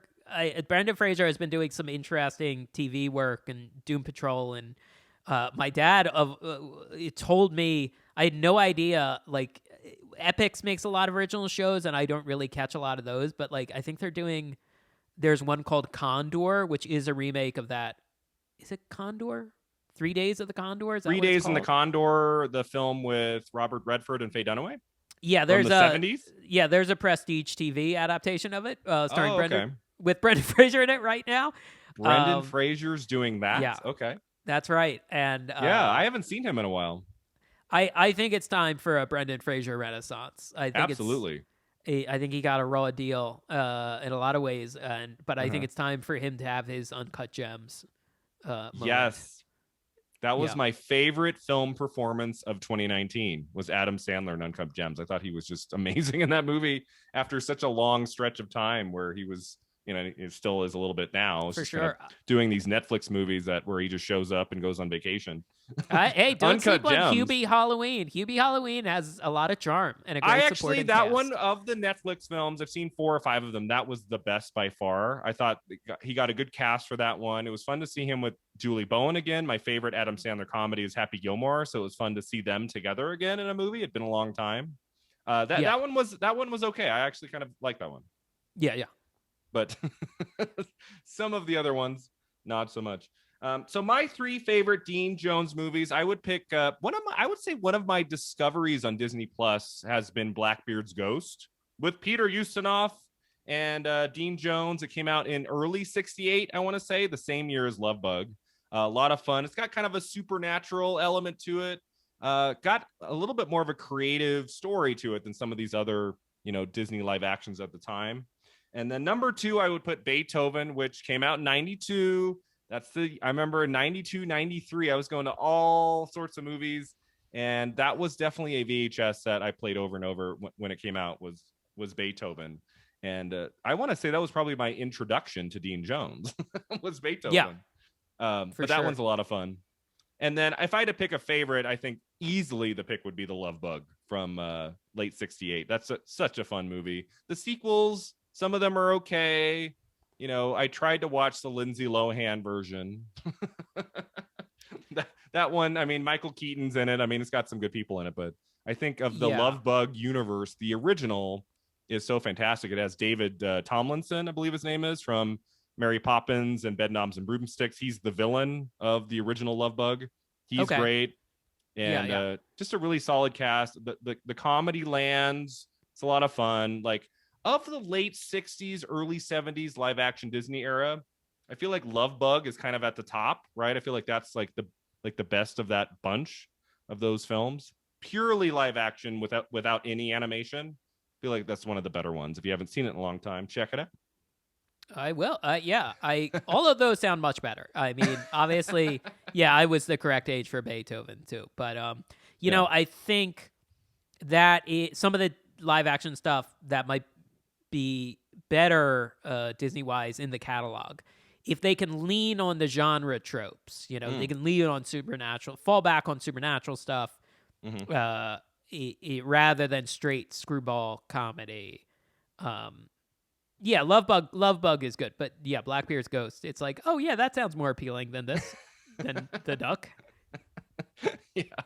Love Bug's a lot of fun. I watched it. I hadn't seen it in many, many years, and I watched it again when I was going through Disney Plus, all of the 60s films, and I had a much better time during that movie than a lot of the other live action films I was watching on Disney Plus. I really think it's one of their best of that era. It's a lot of fun. Yeah, I think, what's interesting to me on Disney Plus is the way they've been slowly sneaking in some Fox stuff. Like it's like, oh, you can just watch, I don't know. We always talk about the character from Epic, Nim Galoo, played by, is it Steven Tyler or Mick Jagger? Oh, they're gonna kill me. That I don't. It's a very stupid joke where it's just like we've obsessed with this, kind of forgotten animated movie because this is like an animated film that not a lot of people know about. Is it on Disney Plus? It's on Disney Plus. It was made by Fox. Cool. And Nim Galoo is done. Yeah, it's played by Steven Tyler, and that's why we got obsessed about it, because it's a very silly name and it's a weird Steven Tyler role. What year was that, or what decade was that? Oh, this is like a couple years ago. This is recent. Okay. Yeah. So I can't even. Shows the last 10 years of like Disney Plus stuff. There's so much. I don't even know how you work your way through it. It's just so many television series and made. Yeah, you won't get there, but like every now and then, you're not gonna get there for a while. But like just scrolling through Disney Plus and you find like, oh, they're calling the Fox Marvel movies like Marvel Vintage or like Star Wars Vintage, like the 80s animated or the Eddie Tartakovsky animated. The live action. Yeah. I wish they would put up the holiday, like a master copy of the holiday special, the Star Wars holiday special. But that's not on there, right? So I just finished, I looked at 4 live action Disney movies for 76, and I'm going to start 77. I don't think I'm going to rewatch like Star Wars. Like I've seen those 1,000 times, but like I can't remember much of anything about The Rescuers or The Mini Ventures of Winnie the Pooh. So there's 2 big animated films that came out in 77. I'm excited to look at again. I can't remember them. Yeah. The Pooh stuff blends together for me because I was seeing it all like after the fact on Disney Channel, and they would just chop it up. Rescuers, my memory is it's a very dark color palette, and then Rescuers Down Under is the brightest color palette you've ever seen. Oh, okay. I just remember there was controversy over the Rescuers because there was like a frame of breasts at some point in the movie. Oh, all right. they had to like cut that out of a later home video release. Sure, the Hollywood sickos at it again. Yeah, exactly.